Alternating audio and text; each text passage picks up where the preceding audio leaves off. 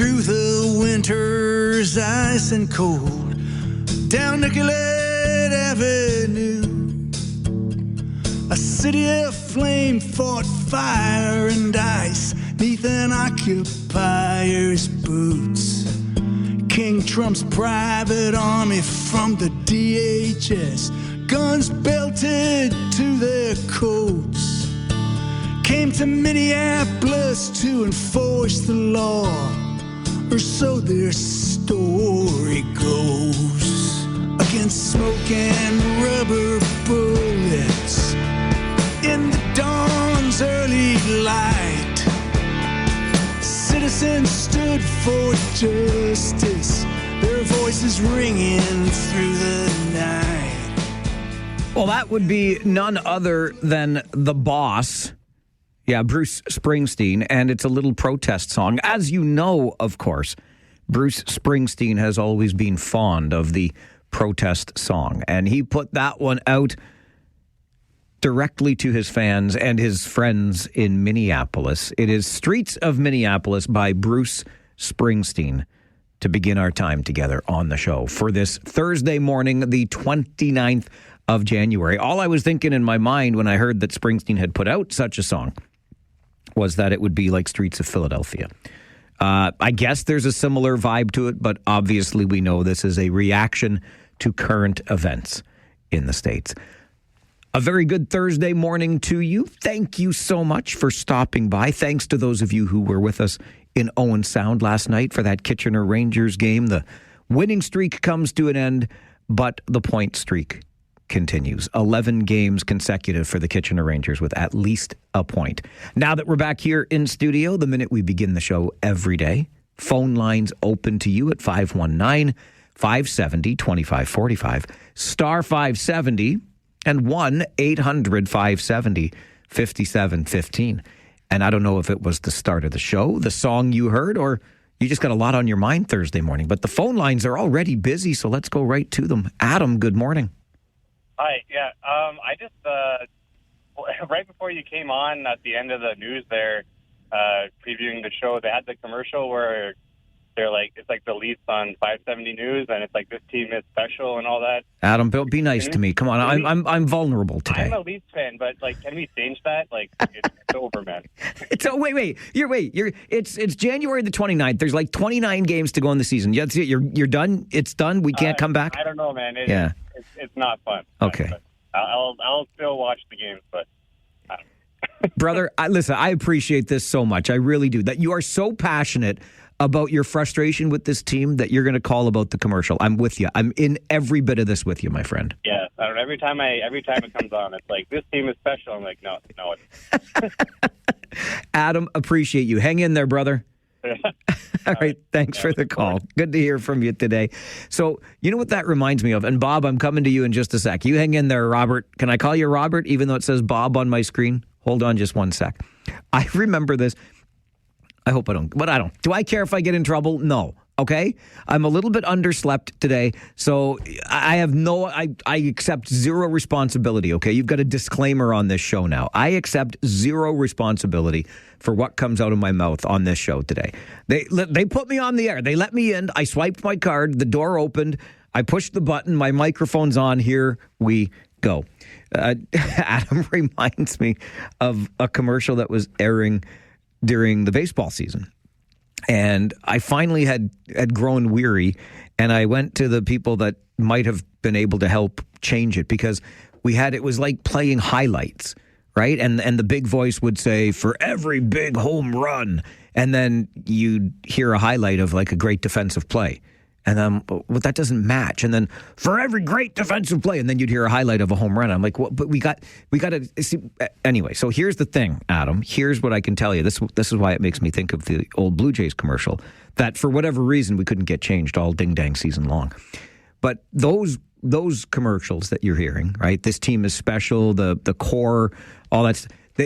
Our big voice guy that does those things, like that starts at the beginning of the season when, like all Leafs fans.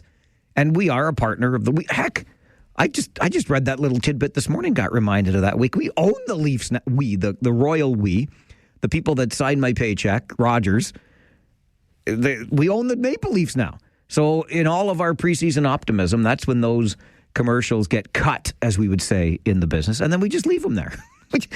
We don't care if the team stinks. They're still going to inspire you with big voice and exciting play and court. I don't know, Adam. All I know is this for sure. Well, two things I know, okay? One, I'm accepting zero responsibility for what comes out of my mouth on this show today. And two, I'm a Leafs fan, and it hurts, brother. It hurts so bad. All right, now we go to Bob. Bob, what do you want? Hey. Hi, good morning. You can call me Robert. That's cool. All right. Robert, good morning. Yeah. Yeah. At any rate, I think I have two things. But Okay. The Rangers, I think, have the best defenseman in the OHL. And the next thing is with the salt shortage. Yeah. So I found out that the mine in Godrich is owned by a Kansas City company. It certainly is owned by an American company. I wasn't certain of Kansas City, but I'll take your word at that. And anyway, so I'm just wondering if they're trucking down a lot of that salt down there first or not. Anyway, that's just my thought. All right. Can I go back to your first thing? You said the Kitchener Rangers have the best defenseman in the OHL. One particular defenseman or the entire defense unit? The entire defense unit. Yeah, right. Robert, you're a smart man. Yeah. Okay, No, it's great. You can tell. Like, it's awesome. Absolutely. It's fun to watch, isn't it? It is so. All right, Bob. Thanks for the call. You take care. You as well. Great to hear from you today. That's how this show works. It's a two-way conversation, right? It makes it so much more interesting, and I can learn stuff from you instead of just feeling like I do sometimes, like I'm sitting here standing on my soapbox, except I'm sitting in a chair, so I'm like sitting on my throne and I'm preaching. Listen, I got lots to say.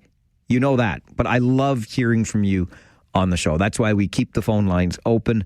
That's why we are the most interactive radio program anywhere in this region. I agree with Bob, by the way, that as a group, the Kitchener Rangers probably have the best defense in the entire Ontario Hockey League. A lot of fun to watch them do the job that they do. And when you put a couple of towers of strength out there like Matt Andonovski and Jared Woolley, come on with your coming on. Hey, Adam, maybe we can get Andonovski and Woolley to go play for the Leafs. Like, that might give us more hope, right, defensively? Anyway, to Bob's other point about the salt mine in Godrich, I mean, this is, you'll recall, the largest salt mine in the world. It's 90 minutes from here. Hey, Godrich, I'm going to borrow my dad's truck and come and get some. Like, so I've heard some rumblings that production at said mine was scaled back in order to drive up the demand and thus the price for the salt coming out of the mine. I don't know. All I know is this. We have a salt shortage. And I asked the question the other day, and this is a province-wide thing, but I asked the question the other day, for how long does a salt shortage last? Because we've been talking about it for several weeks now. And I would think that if several weeks ago we announced the salt shortage, you probably knew at least a few days before it was announced publicly. I just want to know what other sources you start going to acquire the necessary salt, or do you just wait for your number one supplier to supply you, even though they have a shortage and say it's going to take X number of weeks? I don't know. But I did read a story this morning, and forgive me, I'm forgetting the municipality. It might have been Guelph. I don't want to disparage. Anyway, it doesn't matter. Municipality X talked about the salt shortage and said, we placed this order at the beginning of the season. We've already gone through this much. And then X number of weeks ago, we placed this order and we're still waiting. I'm like, but why wait then? Like, there has got to be. I'm pretty confident, even though Godrich has lots of the salt, I'm pretty confident you could get salt in other places. Yes, it would take some logistics and some time, but why not get something moving in our direction as opposed to waiting for the supplier that says we have a shortage and it's going to take X number of weeks to find something else? Godrich can't be the only place to find the salt, right? I want to quickly touch on an email that I received early this morning from Dave. Appreciate you, Dave, writing to Mike at 570news.com about that tragedy on the flyover once again. And Dave isn't exactly buying into the driver error aspect of this. He says OPP are obviously pointing most of the blame on the drivers, but I believe that the municipality is just as culpable because of the snow that was not removed. I just want to say this again as loud as I possibly can for those of you in the back this morning, okay? It's not the municipality that is responsible. I'm not disputing that maybe snow clearing could have been improved, could have been better, but that is a provincial responsibility. I'm all for criticizing any level of government when criticism is warranted, but I don't want, in this particular case, us to go around with the idea that this is the region's responsibility, a local responsibility. The Ontario government, the Ministry of Transportation provincially, is responsible for clearing that flyover and the snow on our highways. I've got a little more to say about the driver error aspect of this, but I'll get to that after the Farwell Show 5. Right now, back to the phones for John this morning. Good morning, John. Hello. I just wanted to mention a couple of things. Sure, John, mention away. I was away for a week, but all this discussion on the water, and it's going to take a month to get some answers from the staff. Has anybody, and maybe somebody's brought it up, I don't know, London in the 60s did some kind of a deal with bringing water from Lake Huron. Has anybody thought of if the provincial government paid to have this water brought into the Waterloo region? Oh, absolutely. Yeah. Well, not from Lake Huron, though. I haven't heard anything. I haven't heard anything. We would do the idea of a pipeline to one of the Great Lakes, John. For us here in the region, it would be Lake Erie. But that's been kind of sitting on a back burner for a long, long time. So Cole's Notes version of that, about 20 years and $20 billion to get it done. So if we started tomorrow, we could have the pipeline in 20 years. Well, that'd be good. That at least. Well, but I think we need some water right now. That's the real problem. Well, if you don't start now, though, you wait 20 years to actually talk about it. Right. It's going to take another 20 years. Yep, so, I got you. I mean, but the other issue I wanted to mention is the Rangers. Yeah, they're looking good right now, eh? They sure are. Yeah. So, hopefully they can keep it up and take us a long run in the playoffs. I would agree wholeheartedly with that, John. So you getting back to the water again? Sure. Lake Erie is closer. Lake Erie is closer than Lake Huron. Geography has never been my strong suit, John. I can tell you that. As a crow flies, right? I would think that across farms and stuff, and put it underneath the farms and all that. Lake Huron's not closer because I can get there in just over an hour. Yeah. Lake Erie might take me a little longer. Might take you a little longer. It's going to be awfully close, I would think, distance-wise. But the other thing I understand about the logistics involved is the jurisdictions that you're going through and the bureaucratic hoops that are involved. And I think the fact that London is already getting some water from Lake Huron would be a barrier to us, something else we have to go through because another municipality is already taking water from there. So I think Lake Erie becomes the easier option for us because there's not as many bureaucratic hurdles in the way. The thing about the provincial government, who cares what it costs? I mean, what difference does that make? I mean, they're going to spend the money regardless. I used to work in government. Tell me all about it, John. Yeah, their budget comes out and they just spend it. So whether they do $20 billion on getting water to Waterloo region or not, who cares? They spend it anyway. So if they budget for it and get it done, the municipality will be in better shape. The other issue I wanted to bring, sorry, this is the third one. All right, I got to get to the Farwell Show 5 where people are going to get, they're going to come to it with pitchforks and torches over here. I wanted to say that Premier Ford should amalgamate all these cities. Attaboy. Now you're talking. Cities that are here, Cambridge, Waterloo, and Kitchener should all be amalgamated. You got too many politicians, you got too many councils. It's a waste of money. And we may have a better understanding and a better deal on water if we had one municipality. They did it in Toronto, and I mean, it had some growing pains for a while, but it's certainly a lot better than it was. And he should do that now. This is the time to do it when we got a water crisis. All right, John. Thanks. I'll put the bug in Mr. Ford's ear because that's what should be done in this area. Beautiful thing. All right. Thanks for the call. Thank you. All right. Enjoy your day. John had a lot on his mind this morning. We went from hockey, and I'm trying not to get too excited, but it's hard to not get excited about this Kitchener Rangers team. I don't like to say it out loud because I'm way too superstitious, but come on now. It's looking pretty good, and I'll just leave that right there.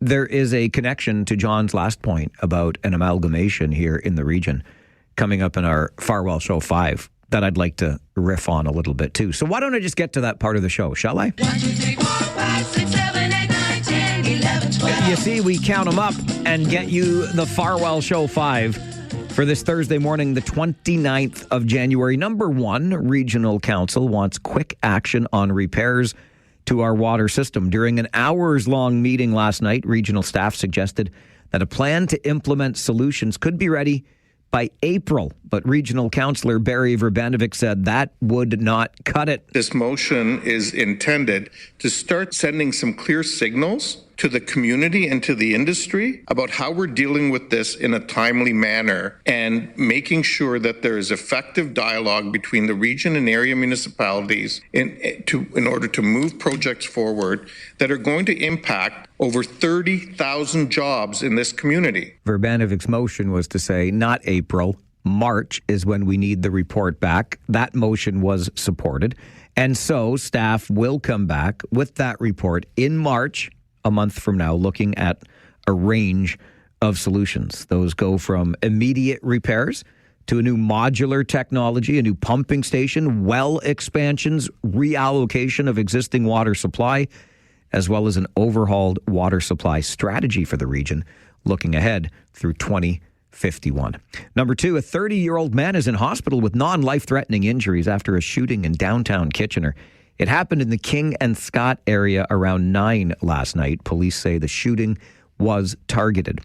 Number 3 on your Farwell Show 5 this morning, and this ties into what John was just talking about. Ontario's education minister has placed a 7th school board under supervision, saying he is doing so to prevent dozens of teachers from being laid off. Paul Calandra says he has put Peel District School Board under supervision and is giving the York Catholic District School Board 2 weeks to make a case for avoiding the same fate. Calandra says the Peel Board was about to lay off 60 teachers, which would have affected about 1,400 students. So back to John's point, when he talked about an amalgamation of Kitchener, Waterloo, and Cambridge into one. Look, the townships, the cities, we could have one local government. We don't need 59 politicians to rule us. 8 different CAOs. Come on with your coming on. So along with that, and John referenced Toronto, it wasn't just done in Toronto, it was done in Sudbury and other areas. Back in the 1990s, we were left out of that mix of mergers. But when it comes to the school board, and now 7 school boards, well, 6 and possibly a 7th under provincial jurisdiction now, or oversight. Can we just stop nibbling around the edges here? Can I get an amen for no more school boards? Can we do that, please? Come on, please. I've said come on way too many times already this morning. I'm putting a plug in that. But can we just stop nibbling around the edges and eliminate boards of trustees for schools in this province? I think the province is showing that it's ready to have oversight. Enough nibbling. Let's go for a giant-sized bite here and get rid of school boards. Number 4 on your Farwell Show 5 this morning, Doug Ford's Progressive Conservatives here in Ontario have banned media from the upcoming convention. It's the first time it's happened since Doug Ford became premier back in 2018. He says he's always available to reporters, but the convention this weekend will remain closed to them. That convention taking place at the Toronto Congress Centre, which is in the suburb of Etobicoke, not far from Ford's home. And number 5 on your Farwell Show 5 this morning, Canada's premiers are set to meet with Prime Minister Mark Carney today in Ottawa. Premiers are looking to present a united Team Canada front, but interprovincial issues are causing some tension, with a key one being BC's frustration with the federal government's endorsement of a possible pipeline to the West Coast. And that is your Farwell Show 5 for this Thursday morning. Any support for the idea of not just amalgamating our region here, but let's just do away with school boards of trustees? Who's with me on that one? And a little more on driver error and our flyover tragedy. This is the Mike Farwell Show on 570 News Radio and Rogers TV.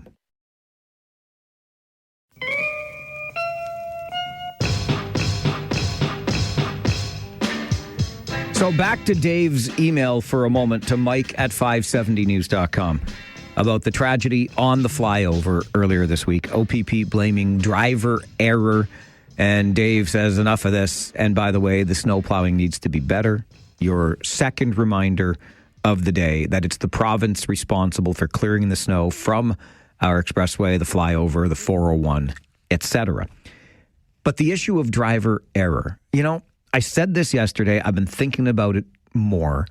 And I believe that 98, 97, 99, how many of our unfortunate occurrences on our roads, from the minor fender bender to the awful tragedies, would be avoided if we were perfect human beings, right?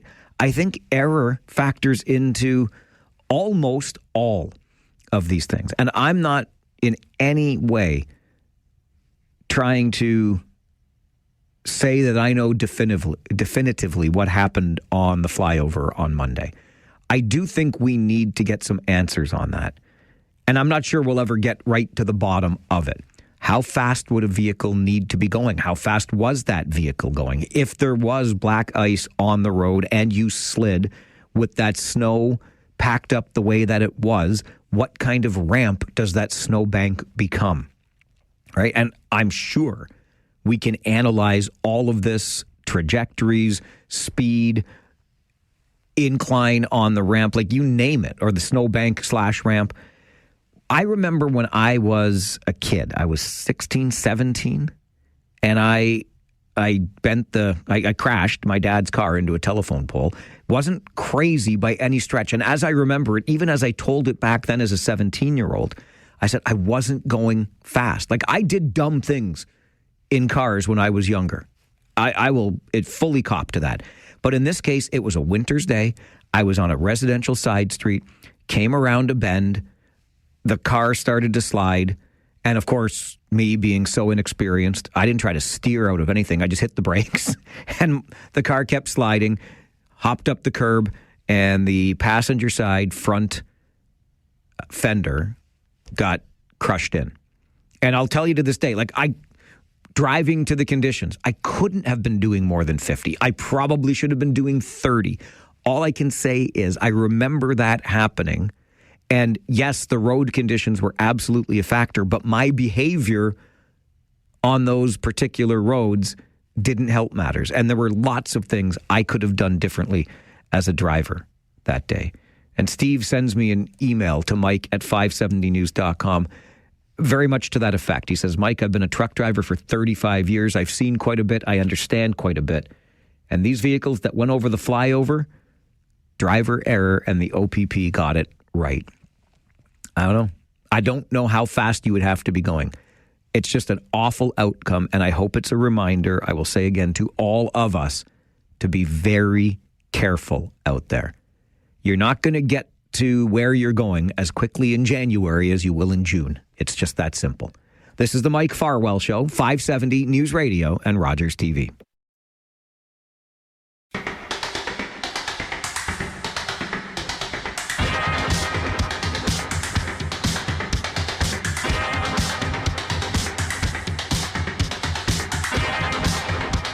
A city councillor in Cambridge will hold a regional road safety meeting later today. And this is the sort of thing that I always get interested in, because we have a municipal councillor at the city level hosting this road safety meeting about regional roads. And You know what we have here in the region, these two levels of government that, in my opinion, don't always communicate as well as they could. They're not always on the same page. So let's see if we can get to the bottom of what the issues are and what the councillor in Cambridge hopes to accomplish. We'll begin by welcoming to our show this morning Shireen El-Feki. She is a Ward 1 resident in Cambridge and has expressed concerns about these roads. Shireen, good morning. Hi, Mike. And along with Shireen, we have the Ward 1 councillor in Cambridge, who happens to be Helen Schwery. Helen, good morning to you. Good morning, Mike. Shireen, if I could start with you as a resident of Ward 1 in Cambridge, what sorts of issues have you identified as a resident when it comes to the safety of the roads in your community? Well, I'll speak specifically of the community in which I live, which is the village of Blair. My family and I have a 2-year-old son. We moved in just over a year ago. We're adjacent to Blair Road, and it is extraordinarily dangerous. On one side of the road is a 2-lane road. It's gridlock coming north from Galt, heading to Fountain Street. And on the other side, it's like the Daytona 500, frankly. Cars are whipping past far beyond the 50 kilometer per hour speed limit, which is clearly signed. We've had many accidents, collisions also involving pedestrians on Blair Road. And frankly, as the mother of an increasingly mobile toddler, my anxiety is also increasing because it's extremely dangerous, not just for him, but for the other vulnerable persons who are living along Blair Road in the village of Blair. That includes other parents with children. Many people have pets. We have elderly people, and also we have an assisted living residents in the village whose residents have themselves been involved in accidents. So we feel that safety countermeasures, which Waterloo Region has introduced elsewhere, are desperately and urgently needed on Blair Road. I can feel that anxiety, I think, with you, Shireen, just as somebody who has driven this stretch of road. And if I'm coming from Galt towards Blair, it's an 80 until you get around the trailhead there and it slows down to 50. And you're right, people don't slow down all that often. And I think about the reason it's lowered to 50 and the residences that are around there. So this is the sort of thing you're living. That's your lived experience there. Absolutely. And it's not just frankly, the risk of life and limb, just trying to navigate that road. It's for the community of Blair itself. I can tell you, Mike, that for this meeting this evening, which Helen has kindly organized, I tried to reach out to some of my neighbors, to go and knock door to door. Frankly, I could only get so far because it's terrifying. I've lived and worked in Cairo. I know what dangerous driving looks like, but this is a whole different level. And my concern also is that it's essentially this road is strangling Blair. If people are afraid to cross the street, what sort of community can we have here? How much engagement can we have with one another? And Mike, to be perfectly blunt, the most disturbing aspect of all of this is just how dispirited, despondent that people living along the road have become. When I spoke to them about, come to the meeting tonight, make your voice heard, their response is, well, we've tried this for the past 10 years. Why is it going to be any different now? So I'm essentially the voice of hope over experience, and I'm very grateful for Helen's lead, and we would really like to rekindle the enthusiasm and the engagement for change on our roads. Helen, what efforts have you made to date as the city councillor for the area with the region to get some improvements here? Yeah, thanks, Mike, and I echo a lot of what Shireen said. So we keep hearing, I keep getting emails from my residents. This road's so dangerous. People are speeding. There's all these near misses. So I said, I don't want to be that person that passes the buck. I said, okay, I don't understand why this is an ongoing issue all the time and the region's not listening. Maybe they need to meet and listen firsthand to the residents. So I arranged a meeting in June of last year to raise the concerns of residents and let the residents speak directly to the Commissioner of Transportation. Karen Redmond came, Doug, Craig was there, calling James, and so they listened to everybody's comments on those major regional roads in Ward 1, Maple Grove, Fountain, Speedsville, Blair, and even Dickey Settlement. And they said, so they listened, and all of these different groups, like reps from all these different neighborhoods, came and shared their concerns, and they said, great, okay, we're going to follow up. We heard you. And then I tried to get a follow-up meeting. People are asking me, okay, well, when are we going to have our follow-up meeting? When is the region going to respond? Well, I could not get a meeting. They were not interested in meeting again. I was even told they don't work for me. They work for the residents of Cambridge that pay their salary, and that's why I ran. And I'm just so disappointed. Like, I'm disappointed this is such an ongoing issue for such a long time. And like what Shireen said, when I ask people to come to delegate, they say, what's the point of delegating or meeting with staff and politicians? They don't listen. Council just does whatever staff tells them to do. And then I even hear, what's the point of voting? We're not listened to anyways. And they're sent, like whatever they say is set aside. And I see that even when residents come to delegate, they speak thoughtfully, passionately, raise legitimate, long-standing concerns, and they feel that they're like it doesn't matter what they say. And the issue of roads has been going on for, like you said, for many, many years. When I was canvassing, it's the big thing: traffic, speeding, lack of proper sidewalks, inadequate lighting. These are basic safety concerns, and residents are not asking for a lot. They just want to be able to cross the road, walk on the sidewalk, get out of there. Like in Blair, it's very dangerous to get out of Fallbrook onto Blair Road and to turn left. There's just simple solutions, but they're not being listened to. And if we as politicians want to restore public trust, we have to do better. So I hope I get somebody from I understand that there will be a couple of regional councillors that are in my meeting tonight, but it's really important that regional staff attend and speak to the residents that are, frightened and concerned. Shireen, have you and your neighbors discussed anything that may be useful here, that would help to calm traffic, whatever the case may be, things that you would advocate for to increase the safety? Well, we're not experts in traffic control, but we have some ideas. And in fact, Helen, correct me if I'm mistaken, but I gather that there are going to be safety countermeasures introduced on Old Mill Road in the foreseeable future. So we don't have to go, a million miles away. They're down the street, and I gather that's under the municipal. That's the city of Cambridge. Is that correct, Helen? Yes. Yes. Right. So if it's possible, 100 meters away, we would like to have some of these measures considered for Blair Road. What we would like to see is the regional authorities conduct a gold standard assessment of the road, the level of traffic, the number of speeding violations, the collision frequency. And once we have that data, then to undertake an assessment of what sort of measures would be appropriate given the nature of the road. It is an arterial road. Also, there are heritage considerations.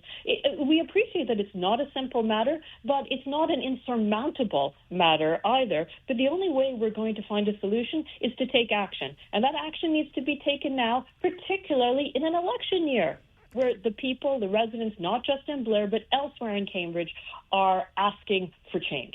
Helen, what are you hoping to accomplish with tonight's meeting? Well, I want to raise this issue even further. And I want, and I was just going to say, a lot of the residents at our June meeting, they got up and they proposed some safety measures, gave some great suggestions that could have been taken. So I want more people to come there to talk. I want the councillors there, the regional councillors, and hopefully staff comes to listen and to implement. And like Shireen had said, residents are not asking for a lot. They're asking for, better safety measure, maybe a speed bump. in Blair, could be a crosswalk with lights, a traffic light. There's simple things that can be done, and the region does spend a lot of money of our property taxes, and people are saying I pay so much in property taxes, but I'm not being listened to, and I'm not getting the service I want. So I hope tonight, more people come and their voices are heard, because after all, we're here to be the voice of our residents. I appreciate the work that you're both doing. Shireen, you're an excellent advocate for the neighborhood, and I thank you both for being on the show this morning. Thanks for being here. Our pleasure. Thanks, Mike. Shireen El-Feki and Helen Schwery. Shireen is a resident of the Blair area of Cambridge, advocating on behalf of her neighborhood, and Helen Schwery, the Ward 1 councillor in the city of Cambridge, trying to get some support from our regional government. I've said this before. I think this is the perfect time to say it again. The best political job in this region is that of regional councillor, because ain't nobody bothers you then, except maybe loudmouth media types. But other than that, you heard what Shireen said about the difference between a city-maintained road and a regionally maintained road, right? So you can talk to your city councillor and perhaps get some traffic calming in place. And then you want to get something done on a regional road. And even if you're trying to use your city councillor as the bridge for that advocacy, where's the region on it?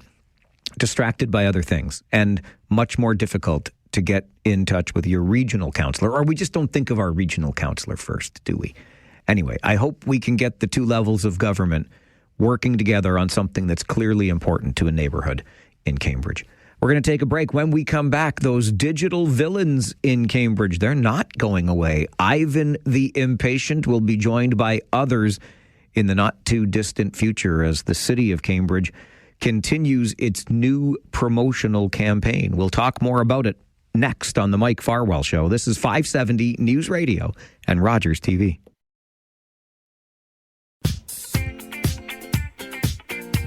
Well, he wasn't the first AI-generated character to appear on the City of Cambridge's social media channels, but he was the one that generated the most conversation and probably criticism. Have you heard of Ivan the Impatient yet?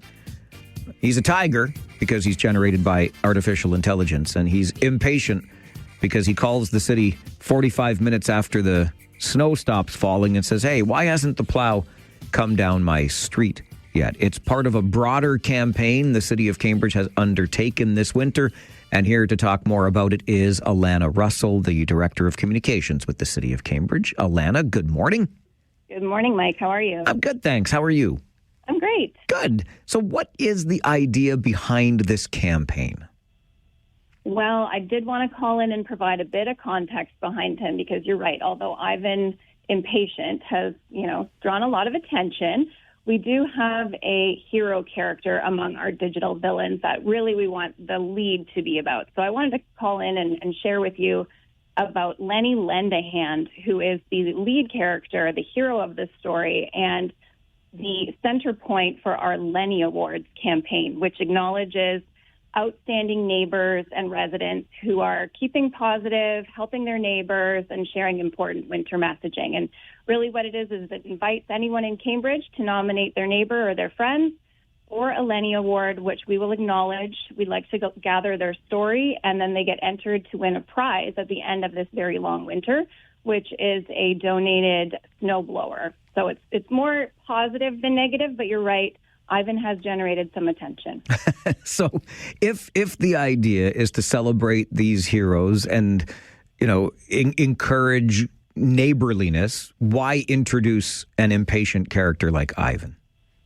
Well, I think that's exactly it. We are trying to, invite neighborliness through Ivan, because you have to remember the context behind this campaign, which I think also maybe was lost in the dialogue yesterday, is this is about actual calls, actual resident concerns that come in to either Service Cambridge or the experiences of our snowplow operators, where the expectation in some cases, and I heard someone on the slide provide you with the information that this does actually happen, where that is the expectation, 45 minutes. And anyone other than that, this isn't about them. We're not saying that it's been a perfect winter. We're not saying that, other concerns aren't justified. But what we are saying is it's been a relentless, persistent winter with a lot of snowfall. We've had triple the snow events, at least by now, for January.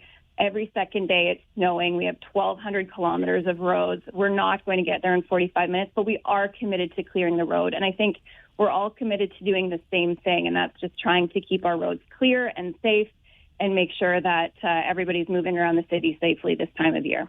I don't think there's any question, Alana, and anybody who's been paying attention recognizes that this has been just a brutal winter for all of us, whether we're driving plows or shoveling sidewalks. It's just been awful. Can you share with us the challenges that the city has faced in Cambridge to keep roads and sidewalks clear this winter? Yeah, I do consider myself a resident expert now in being the communications lead for the city and snow removal. I would say it's gone in waves. We had, of course, early onset of winter in December. We've had years past where it's been above zero temperatures well into January. That certainly was not the case this year. But we did have significant fluctuations in temperature that caused the snowfall to then melt and then freeze. Of course, you've talked at length about the salt shortages. That wasn't helpful at all. But, of course, then it would snow on top of the ice, and then we'd be clearing snow and ice. And so it was really complicated, certainly over the December months and throughout the holidays. And that's when we started to see the call volume start to increase, which was about 1,400 calls into the city over the holiday season, which really is what launched this particular campaign. And so when we started to see the frequency of these types of snowfall events or thaws and freezes, we started to think we need to do this differently. Our same old winter messaging was starting to grow tired already, and it wasn't even January yet. And so that's really what launched this. And honestly, primarily at the time, the big issue was parking on the road. And so we launched Peter Parks Too Long as one of our AI characters. The roads were quite icy because of the salt shortage. So we had also launched Chris Cruise Control, which is someone that's not driving to conditions. I saw this week the OPP released a press release about enforcing people who throw snow onto the roads. Well, we've got Sarah Snow Shoveler, I can't remember her name, but she's going to be released probably later this week or next, around not doing that. So it's not intended to harm. It's very much a tongue-in-cheek campaign. There's a lot built into it. But at the end of the day, we all have the same goal in mind, and that's to keep our roadways, our sidewalks clear, keep our residents safe, and with the Lenny Awards, provide a little bit of positivity. How can someone nominate somebody for a Lenny Award? It's really simple. They can go to the city's social media channels and send a direct message with the person they'd like to nominate, or they can email corpcom with 2 M's at cambridge.ca. The information's also on our social channels and our website. And we enter that person into a draw to win the snowblower. We've also had another sponsor come on board just yesterday who's going to do some giveaways throughout the campaign as well. And we really just haven't given up on trying to be positive this time of year. I know it's really difficult. I know it's, a horrendously long winter. Social media has become a space for negativity. I understand your show is a venue for debate, but at the end of the day, we are still committed to providing great service to the community and also keeping a positive attitude throughout these winter months and sharing those great stories. Alana, I appreciate the time on the show this morning and the context on the campaign. Thanks for being here. Thank you. Alana Russell is the Director of Communications with the City of Cambridge. A different way to get the message out. I shared with you yesterday some messaging from the City of London that I thought was particularly to the point. It was useful. It was powerful. I thought it brought everybody together. But as Alana points out, they found here in Cambridge that the traditional messaging was already getting lost in the clutter. How can we grab people's attention? Enter Lenny and this cast of AI-generated characters to remind us of our responsibilities when it comes to enduring. And that's what we're all doing here, a really tough winter. An update from the 570 News Center on the way. And then how about that break at the grocery store?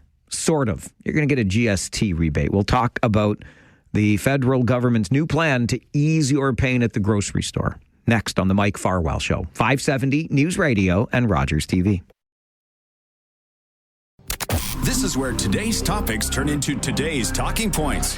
It's local and it's Democratic radio at its finest. This is the Mike Farwell Show on 570 News Radio.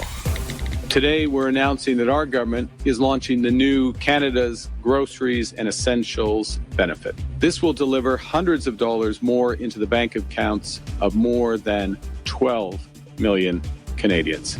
Starting this year, we're taking the existing GST credit amount and raising it by 25% for 5 years. And in addition, we're providing a one-time payment equivalent to 50% of the GST credit this year.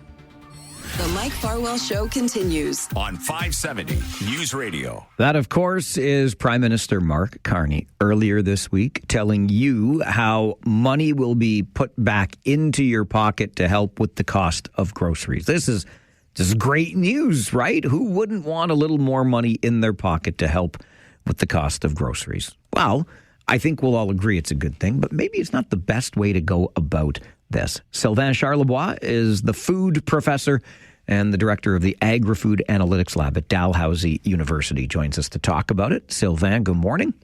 Good morning. Haven't we heard something like this before from the federal Liberal government? Maybe, yes. I do recall someone by the name of Justin Trudeau doing something similar, I think, in probably not the same grocery store, but in another grocery store. And Mr. Carney obviously was in a grocery store earlier this week. I don't know if you did notice, but in the background you had produce and with no prices. Zero. They were all gone. Is it like that house they kind of built for a backdrop the one time at a media conference? Maybe. Yeah. Just maybe. But when I go to the grocery store, I can see prices, and most of them are shocking. So I thought it was really funny, but really, of course, it's hard to argue against any program that tries to help the needy. I mean, if you do qualify for the GST credit, it means that you're earning $56,000 or less, and those are the people that are really struggling right now. So it's hard to argue against that. But the one thing that really surprised me during the presser was that no one, not one single reporter asked, how is this program going to be funded?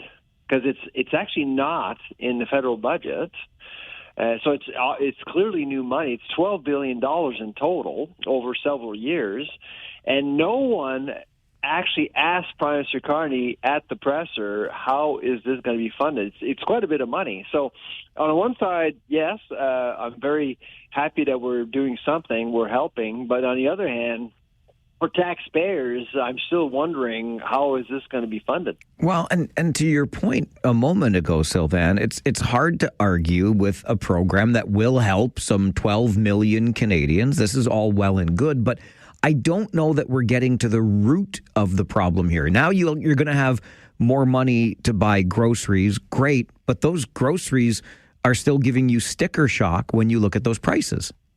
That's right. So, and that's probably why Prime Minister Carney went along with more announcements. So, for example, he didn't announce a $500 million budget to make our food supply chain more resilient. Now, of course, I'm not sure. I know what that means, but I'm not sure how it's going to be done because, as you know, supply chains, you have to work with provinces, municipalities, and what are we talking about? We talk about ports, railways, roads. It was not clear. Are we talking about the cold chain? So we're borders. There's lots that we need to do. So yes, I think that Mr. Carney was using a language that made sense, but with little detail. Same for the support for greenhouses. Small and medium-sized businesses. I think there's some great intentions there, but again, there's just no detail. So I don't know exactly how that is going to work. If we were going to truly try to get to the root of grocery prices, fighting food inflation, what levers could the federal government pull, Sylvain, to to increase affordability at the grocery store? There's actually lots. So if we are to accept that our food inflation problem is structural, meaning it's not about cycles, not about a temporary thing like greed or climate change or some of the things that we've been hearing the last few years, if we actually do accept that our problem is structural, and it goes back, by the way, many years, if you actually look at the CPI, the Consumer Price Index, and the food CPI, you'll see that there was this significant decoupling back in 2008 during the financial crisis. So our food inflation problem is not new. It's been around for at least 18 years. So, and what that means, it means that we've actually implemented many policies that are just not helping. For example, the carbon tax. A lot of people think it's gone. It is not gone. The worst part of the carbon tax is still there affecting the supply chain. It's actually making our supply chain less competitive, making it more tempting for importers to import from the U.S. and other places because prices aren't as expensive. 2, supply management. And I know supply management is important in your area, Mike. I get it. but supply management is a huge interprovincial barrier. I mean, it's making things much more rigid between provinces. And of course, I'll add to that all of the interprovincial trade barriers that we have. So if you have, say, a provincially licensed facility in Ontario wanting to sell in Manitoba, well, why not? Why not recognize the ability of a provincially licensed facility to export outside the province? That will actually increase competition everywhere in the country. And, of course, logistics, our supply chains, the infrastructure that we have in Canada is just not good. And we need to make sure that our infrastructure is reliable as much as possible. It's a curious announcement at a curious time, Sylvain, obviously focusing on affordability, skipped being in the House of Commons for question period so that this announcement could be made. I mean, surely He was eating a Hawaiian pizza with your premier. I know, he was. And listen, I support the Hawaiian pizza. I know that's controversial too, but I'm here for pineapple, Sylvain. Well, you know what, Mike? I love Hawaiian pizza as well. Well, if the food professor's on my side, I feel better now. The Chatham, Ontario, come on. That's right. Great. Exactly. This could not possibly have been a little bit of pre-electioneering, though. Could it have been? There's no funding. There's no budget line for this, and it came out of nowhere, really, on a Monday morning. And so, absolutely, I think the idea was to signal the Canadian public that Prime Minister Carney was still connected with our realities here in Canada while he was jet setting all over the world. And I think he needs to do that. Like, he needs to connect with China and India and Brazil and Australia. I actually do want that. I think we need a prime minister connecting, thawing many relationships that were destroyed under the Trudeau era. So that's a good thing. But at the same time, I thought the call on Monday was quite sudden, and again, I'm not entirely sure that we're asking the right question. So great, we're helping the needy, but with what money? And does it mean that we'll actually increase taxes again? Interesting questions for sure coming from the announcement on Monday. Great to get your perspective as always, Sylvain. Thanks for being here. Take care. Bye-bye. Sylvain Charlebois, the food professor and the director of the Agri-Food Analytics Lab at Dalhousie University.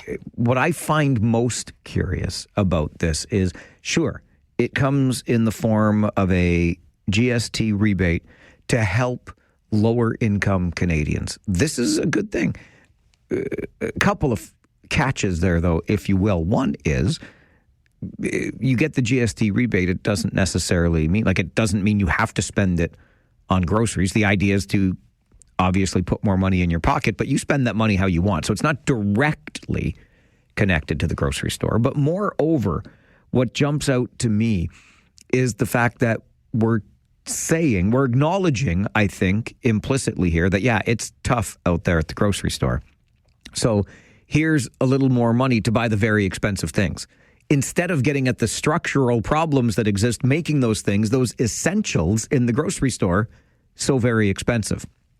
It's almost like doing the easier work. And I had not even thought of what Sylvain made reference to for a second time right there at the end, and that is, where is the money coming from? It was not contained in the budget. It's the very sort of thing that you would hear on a campaign trail if one thought there were an election in the not too distant future. I don't think there is, but maybe that's just wishful thinking on my part, because this is the second time this week that the prospect of a spring or summer federal election has been raised here on the show. Clinton sends me an email to Mike at 570news.com. Says, Mike, this looks a lot to me like Justin Trudeau's grocery rebate in 2023. To be fair, Prime Minister Carney's is bigger, so I guess he earns a shiny gold star. What really amazes me is the logic. We're getting another check to, quote, help with grocery prices from the same person who told us to judge him by those prices, straight from the horse's mouth. Prime Minister Carney said, you can judge me by grocery store prices. And the horse seems to be eating quite well. Instead of addressing the actual cost drivers like the federal carbon tax, we get a handout and a smile. And while everyone loves reminding us that farmers are exempt, it's funny how no one mentions that large greenhouses, food processing plants, and the transportation sector are not. Those costs land directly in our grocery carts. If the government truly wanted to lower food prices, they'd have far better tools than another rebate. All of this sudden generosity makes me wonder if we should start preparing for a spring or summer election. Clinton, Farwell's Force member number 35. Thanks for the email. A little bit of healthy skepticism there on the part of Clinton, and Justin's email to Mike at 570news.com. Me and my wife have not received the GST rebate for the past 5 years, ever since we got married. We are poor. After we pay rent for a very small apartment and groceries, we have nothing left. We don't smoke. We don't vacation. We both work full time. I have 2 jobs. How am I not qualified as quote unquote poor? This benefit will only help the poor people already on welfare, I think. Nothing for working people. I may be wrong. Well, it depends. The barrier, as Sylvain pointed out, is $56,000. Russell asks if that's household or individual. I think we're talking individual there. I could be mistaken on that, but I think you're getting the GST rebate. I mean, if 12 million Canadians are going to be benefiting from this, I'll try to see if I can source the ratio there. Is it an individual income or a household income of $56,000 to qualify for that rebate? But neither Justin nor Clinton are feeling all that great about this particular grocery goodie. What do you think about the announcement? And could it possibly mean we're heading towards an election in the next few months, federally? Your thoughts always welcome on the Mike Farwell Show. This is 570 News Radio and Rogers TV. It's clearly new money. It's $12 billion in total over several years. And no one actually asked Prime Minister Carney at the presser, how is this going to be funded? It's quite a bit of money. So on the one side, yes, I'm very happy that we're doing something, we're helping. But on the other hand, for taxpayers, I'm still wondering, how is this going to be funded? Questions abound around the federal government's promised GST rebate to help 12 million Canadians with the cost of groceries. But one of the other questions is, why this method, as opposed to going after the structural costs that have kept grocery prices high? 519-570-2545, star 570, and 1-800-570-5715. Looking at the GST rebate, you qualify for it if your income level as a single individual without children is $56,000. If you are married with or without children, well, with no children, it's $59,000. One child, $63,000, and it goes from there. But that is, so what the figure that Sylvain Charlebois cited, the director of the Agri-Food Analytics Lab at Dalhousie University down east, $56,000 is the individual income. That's where you become eligible for the GST credit. And that credit will be increased. We don't know where the money is coming from.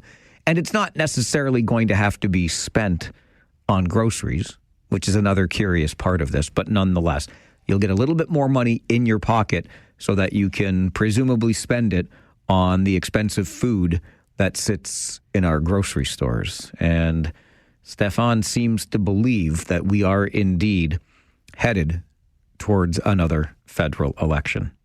Stefan's email to Mike at 570news.com says, yep, Prime Minister Carney, like Premier Ford, is buying your votes and will justify the election because he needs a clear and strong mandate to stand up to Trump.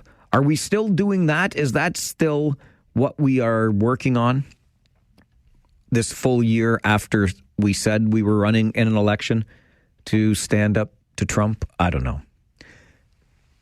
It is a Thursday morning, and that means following our 10:30 update, Gary Chalk, the humor columnist, will be here with his weekly Living Retired segment. Before we get there, how about this reminder that not everybody is a jackwagon? And I don't think the reminder could come from any better a place than the driver's seat of a snowplow. Okay? We are dealing with one of the more brutal winters that I can certainly remember in my adult years. So let's give a little snowplow love on your daily Not Everybody is a Jackwagon segment, okay? We've been taking out our frustrations on each other. It has not been an easy winter, especially for our neighbors who are driving those plows. And this latest storm that we just had this past weekend, you'll remember it started in the United States and worked its way up through Ontario. So some states south of us were battered. We were leaving Erie on the weekend after playing a game with the Kitchener Rangers against the Otters, and they were preparing after midnight, the night that we left, to close down I-90 to commercial vehicles because that's how bad they expected the weather to get. They got it worse in some states than we did here in southern Ontario. Not Toronto, but certainly here in, let's call it southwestern Ontario, Waterloo Region and West. Nonetheless, Ohio, also one of those states that was battered around. And that became a real problem in Cincinnati, where a baby had to get to the hospital, but the roads were an absolute mess. So enter the Ohio Department of Transportation, who called in one of their most experienced snowplow drivers to escort an ambulance to the hospital. So the plow leads the way, clearing the road as they go along. The ambulance made it to the hospital in about a half an hour, which was double the usual time. However, paramedics on board the ambulance were able to keep the baby stable. And after they got behind that plow, they figured, okay, the roads may be bad, but this guy's going to lead the way for us. And it all worked out in the end. Clearing roads and getting babies to the hospital. Plow driver Joe Estes in Cincinnati, Ohio, is definitely not a jackwagon. Maybe, just maybe, we can use today's story as a little bit of inspiration for the next time we see the plow. I understand. Like, I totally get it. The frustration, especially as you've finished shoveling the snow and the plow comes by and fills in the end of your driveway. They don't do it on purpose. Sometimes the timing just works out like that. But instead of shaking your fist, why not give them a nice wave? Not a one-finger wave. Just, hey, thanks for clearing the street. I'll get to that as soon as I rest my back a little bit. It's been tough, but we're going to hang in there. We're going to persevere, and we're going to remember Joe Estes, the plow driver in Cincinnati that escorted an ambulance to the hospital so the baby could get there for the necessary treatment. All right, an update from the 570 News Center. As mentioned, Living Retired, our humor column with Gary Chalk, brought to life in the next 30 minutes. After that, by the way, at 11 this morning, why is anybody, in any official capacity anyway, still using the social media platform X? And because it's a Thursday morning and we do this little thing called the Flipside an hour from now at 11:30. We're going to talk more about the snow. I want to know how you're dealing with it. If you've got any tips for me. I stubbornly refuse to buy a snowblower for a couple of reasons, but maybe we can share some snow clearing ideas. All of that coming up in the next hour here on the Mike Farwell Show. 570 News Radio and Rogers TV. Hookah chaka, hookah, hookah, hookah chaka, hookah, hookah, hookah chaka, hookah, hookah, hookah chaka, hookah, hookah. I can't stop this feeling deep inside of me. Girl, you just don't realize what you do to me. When you hold me in your arms so tight, you let me know everything's alright. I'm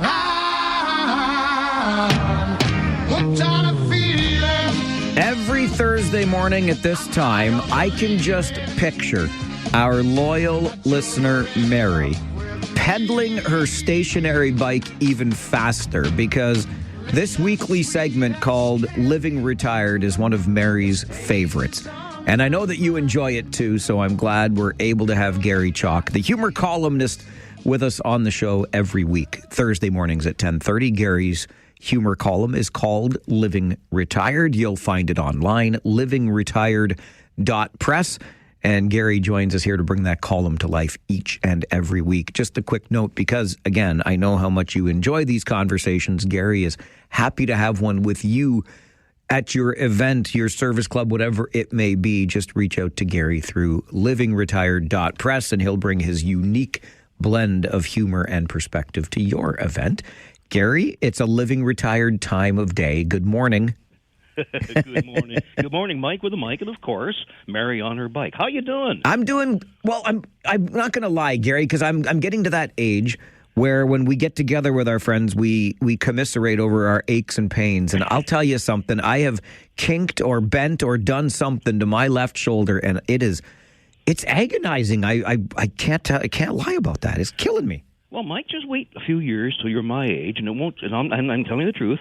I have a torn rotator cuff in my right shoulder. My left knee is a disaster, and I have now they're looking at potentially a torn something in my left elbow. So, you got something to look forward to. You got to catch up. We just break down is what we do, right? It's like my old friend Don Cameron used to say, it's not the years on this old frame, it's the miles. You got it. Yes, sir. And talk about miles. You've been doing a lot of traveling, Rangers games, last night, Owen Sound. Coming back in the snow? Yes, we did. And, it's funny. We were watching the radar through the night, and the further south we got, the clearer it was going to get. So the first half hour to 45 minutes, a little dicier, but overall not bad. We've had worse. Yeah, well, I was listening, and you guys were saying that you're checking the maps and going south. It was getting bad, and I thought that's the direction they're going. Anyways, the direction Jan and I last week, we went north. We went up to near Owen Sound. We decided let's have a quick getaway and go to Collingwood. So we drove through a snowstorm to get there.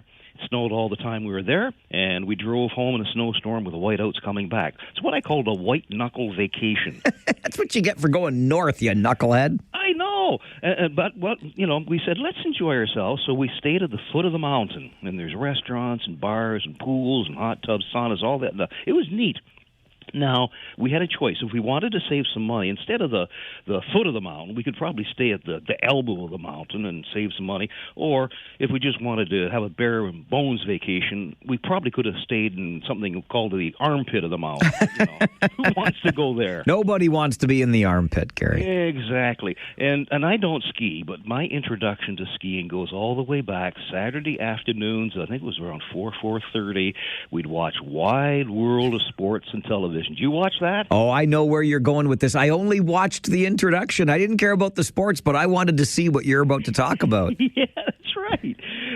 My friends, we would gather. We'd lay on my parents' lime green shag carpet, and we'd howl watching until the Coke we were drinking sprayed out of our nostrils. But we'd watch some klutz come down, bouncing head over heels down the Alps mountainside. If we had iPhones back then, Mike, we'd text LOL. No question about it. The agony of defeat. You got it. And that's exactly why if you're living retired, you don't ski. Because we already know it's difficult to get back up when we fall down. A great point. It's a great point. Yeah. The definition of skiing, it's the act of throwing yourself down the side of a steep mountain and living to have a discussion with the emergency room physician about being put on life support. Skiing's been around forever. Back in the days, there was a product. Do you remember a product called Marshmallow Fluff? It was just this jar of... Yeah, absolutely. It's like peanut butter, but it's marshmallow fluff in the jar. Yeah, 100%. Yeah, it was a staple for seniors back when they were their kids. Unfortunately, now skiing can permanently paralyze our body into a substance that's somewhat similar to that marshmallow fluff. But, skiing dates back to the Bavarian times in the Alps. Guys wearing, they'd be drunken stupor, and they awoke, realized how ridiculous they looked wearing leather lederhosen shorts. Now, mobile devices hadn't been invented, so they couldn't text OMG. So instead, what they did, they imitated kamikaze pilots hurling themselves down the mountain, where they joined other Germans who were also too drunk to laugh at their skinny legs in the lederhosen. Right? Oh, my God. And here's something. I've just been doing a lot of research on skiing. That they have discovered that skiing is a sport that attracts people who have two specific traits. Two traits. If you have these, chances are you're a skier. Okay. One, you have to have a high pain threshold. And two, you must consume ridiculous amounts of alcohol. And ironically, Mike, these are the identical traits found among people who follow the Toronto Maple Leafs. Oh, Gary, come on. One of our first calls today was from a poor Leafs fan. We're just feeling it all over the place today. I'm telling you, as long as there's been skiing, there's been orthopedic surgeons. That's where the phrase break a leg came from. There you go. It's a medical terminology. The same thing then when they're at medical school, they learn another phrase when they meet their latest skiing patient. They say, "Hi, I'm the orthopedic surgeon. You must be in pain, and what I'm going to do is give you more pain." And we take it. Oh my gosh! So a couple days ago, before we came to went to the Blue Mountains, I went to the liquor store for some wine. Jan wanted a couple of bottles of wine for in the room. So inside the store, everybody's pushing shopping carts. I just want a little basket to put a couple of bottles. Everybody else, they're pushing carts, and they're loading up with crates of craft beer, complete cases of wine. They got 40-ounce bottles of rum and rye and vodka, gin. They've got fruit-flavored shooters. These folks, it turned out, were going skiing for the weekend. For the weekend? For the weekend. Okay. They just want to get their nerve up. Right. Yeah. So, anyways, don't call me somebody who's being anti-skier, because I've got nothing against the weekend warriors who keep many in the medevac helicopter industry busy. I mean, they also keep all the arborists busy. These skiers go down, they wipe out every evergreen tree on the side of a mountain, and otherwise our arborists would be sort of figuring out, what are we going to do? That's right. They need that work. Exactly.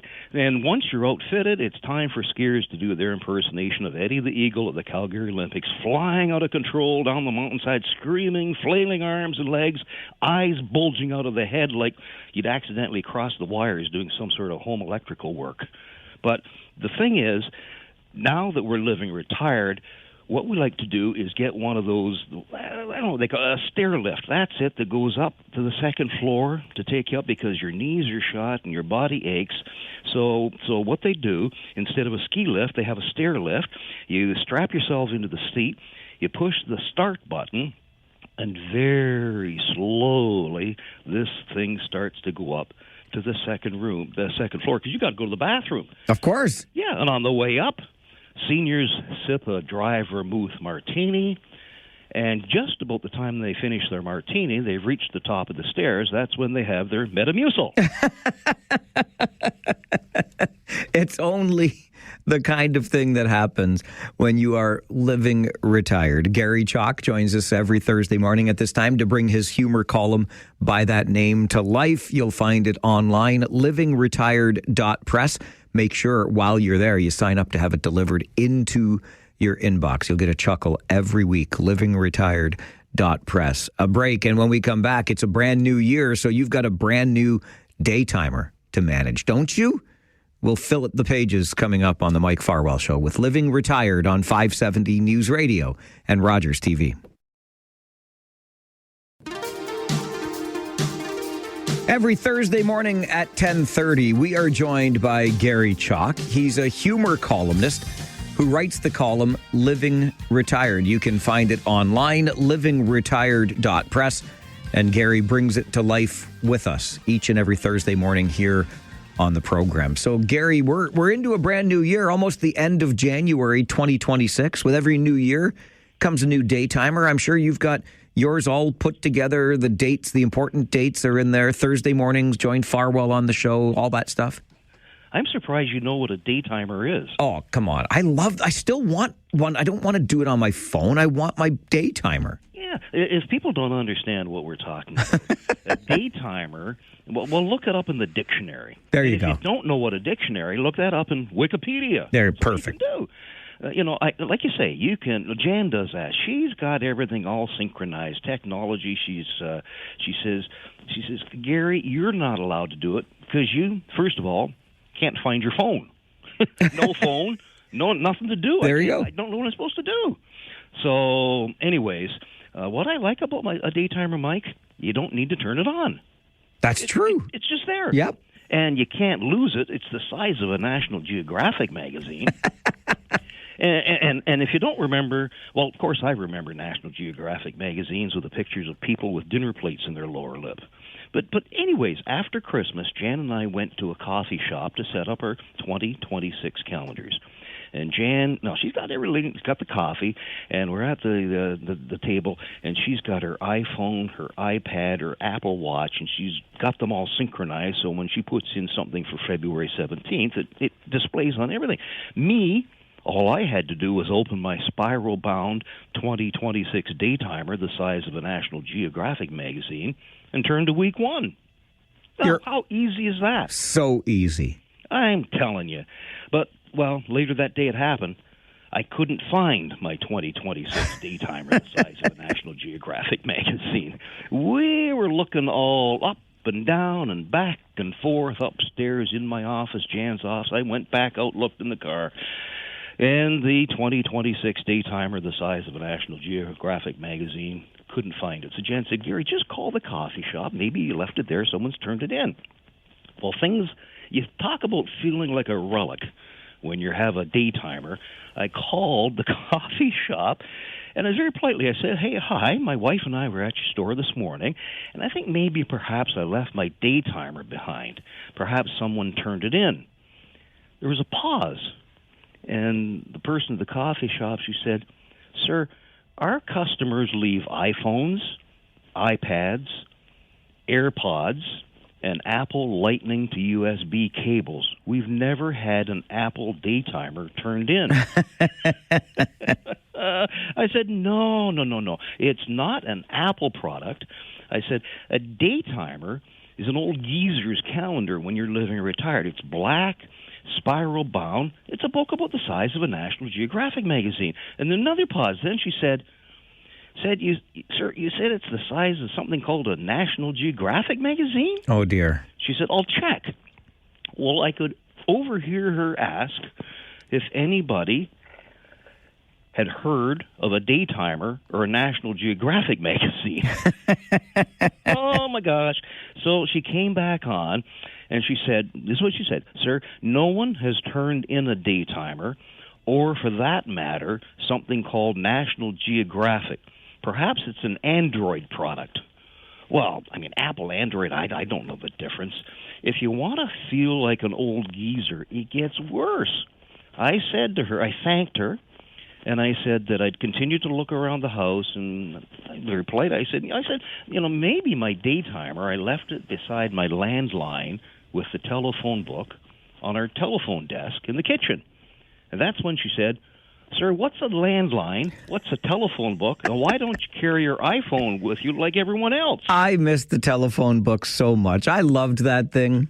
Well, I always opened it up first, make sure our name was in there and our phone number. And when we traveled at the motels we'd check in as a kid, I'd always flip through. And there's a Gary Chalk in, I don't know, North Carolina or somewhere I found. Yeah, you got to look up and see if you exist other places. Yeah, you never know. So at any rate, when I was looking around, it's amazing. When you, I mean, it's the size of a National Geographic magazine. Couldn't find the darn thing. But what I did find was a roll of film. What?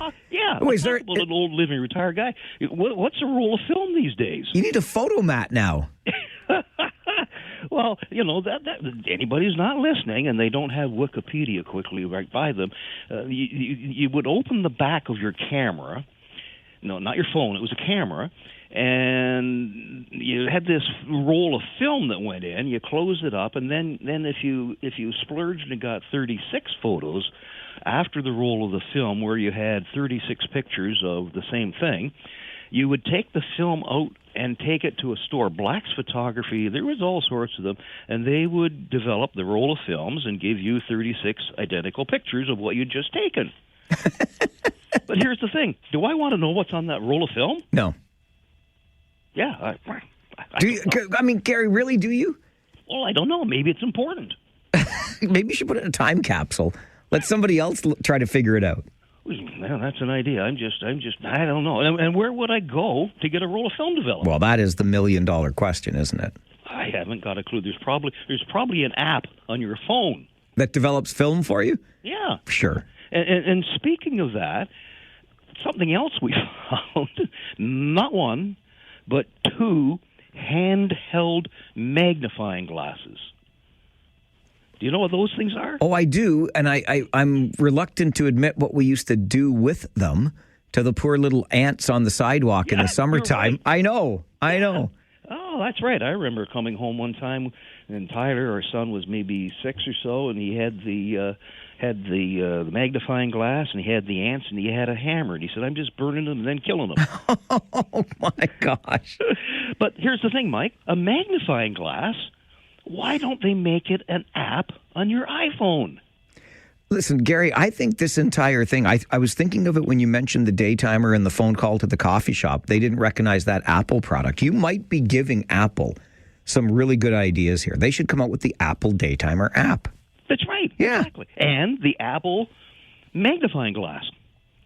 Of course. Yeah, but then the trouble is, can't find the phone. And you're right back to square one, Gary. Right. And one last thing. Call me whatever you want to call me. Just don't call me what Jan says. But I have, right in the Living Retired headquarters office here, I'm looking at every one of my daytimers since 2014. In fact, I can look over and I can find out what I was doing on January 29th of whatever. You pick a year. 2019. 2019.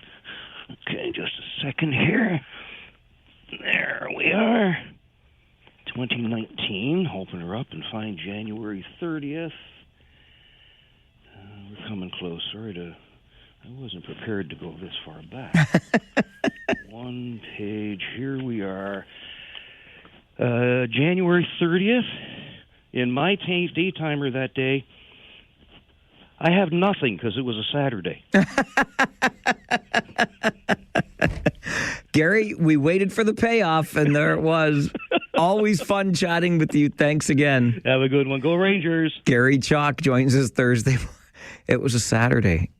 Gary joins us Thursday mornings at 10:30 for Living Retired. That is his humor column, which you can find online, livingretired.press. And then when you go to livingretired.press, sign up for the weekly newsletter. That column will be delivered directly to your inbox. And don't forget, you can also use that site, livingretired.press, to schedule Gary to come to your luncheon or your service club if you want to hear somebody that can provide a little levity to whatever event it is that you've got planned. But Gary joins us Thursday mornings to bring Living Retired to life here on our show, and we have a few chuckles every time. And I, too, have daytimers from way back. I loved those things. I admit, I'm getting better at using my phone to keep track of things. If you've ever sent me a message in a form that's not email, you might get a response, could you please send this to my email address, because my Outlook program on my computer pretty much runs my life.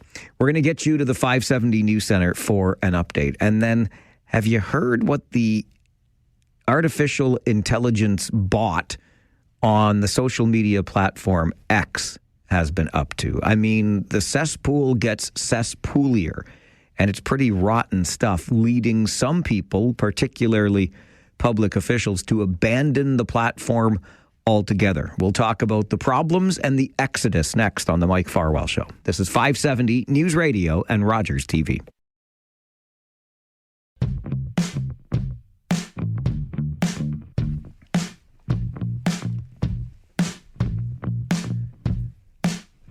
I have shared with you before my misgivings about social media in generally, really, and particularly the platform formerly known as Twitter, now X. I've described it as a cesspool. I was a reluctant adopter of said platform. It was a former manager here at the radio station that insisted many years ago, well over a decade now, that we all, as employees of this radio station, must have a Twitter account. And so it began, and so here we are all these years later, and hasn't that platform taken on a whole other identity? And the latest, and I remember reading this story, it was a weekend read in my newspaper as I was enjoying a cup of coffee, and I was quite frankly revolted. Never would I ever have even thought to ask the AI chatbot on X to do this. But the fact that people were using it in this manner, I just found repulsive. Grok is that chatbot on X, and what people have been doing with it is asking it to digitally undress images of women that are on the platform and pose them in sexually explicit positions. In some cases, they have even used this chatbot to create images of child sexual abuse. It's just awful, awful stuff. And yet, Elon Musk, the owner of the platform, goes merrily about his business. Eric Van Rijthoven is an instructor in political science at Carleton University and joins us to talk more about this. Eric, thank you very much for the time. Good morning. Thank you for having me. What has been the reaction to this use of the AI chatbot on X? I think that there has been a global backlash, and your summary was quite good. I just add one point to it. Please. This didn't just lead to the creation of a few images or a few hundred sexual images. It led to the creation of potentially millions of images. So the New York Times reporting suggests that a conservative estimate is that this created roughly 1.8 million sexual images of women, some of those images involving children. That has led to a global backlash. And in response to the kind of anger and outrage that you're talking about over this, governments around the world have jumped into action. So regulators, they started investigating. Governments threatened legal action. Some governments came out with very vocal condemnations of these images. Some countries have blocked Grok. Well, the UK, they probably threatened to go the furthest. They threatened to ban X altogether. In contrast, Canada has done very little. What could Canada be doing? I mean, just following suit, I suppose. What have we done? Well, the reaction so far has been very minimal. Really, there's only one statement from the government, and that's the Minister of AI, Evan Solomon, and it was posted on X. And the statement, it said a couple of things. It talked about protecting women and children. It talked about how companies have a duty to prevent harm. It pointed to the Protecting Victims Act, which would criminalize the distribution of deepfake sexual images, but it's a very long way from becoming a law. It only just passed its first reading, so it's not ready yet. One small update is Canada's Privacy Commissioner announced that they're going to expand their investigation, but I'll note for your listeners, the commissioner is not part of the government. They are an independent officer of Parliament. So when you compare Canada's response to the being undertaken by other governments. It's really striking for its absence. What might you think, Eric, is behind this weaker response on the part of Canada? I think there's a lot of things, but I'll mention just two. One is that this government is a very big user of X, and so are a lot of Canadian politicians.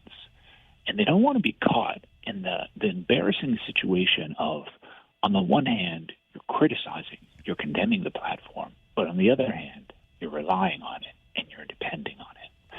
The other issue here, and I think this is the real issue, is the danger of retaliation. So the Trump administration has said multiple times that they will retaliate against any country that tries to regulate American tech companies. Well, X and Grok are American tech companies. And that's one explanation for why Canadian officials are kind of like walking on eggshells here. How do we even go about determining the value of staying on the platform? Because I think you're onto something with the idea. Look, Evan Sullivan himself announced our response to the challenges, the problems on X on the platform. So we know it's well used. What might be the advantages to even being there if we can determine them? Mm-hmm. I think we have to differentiate between the real advantages of being on the platform and the perceived advantages of being on the platform. So a lot of politicians will say, that's where I have to be, that's where my audience is, that's where Canadians are. But that's not necessarily true, and the Canadian audience on the platform has been shrinking since Musk acquired the company.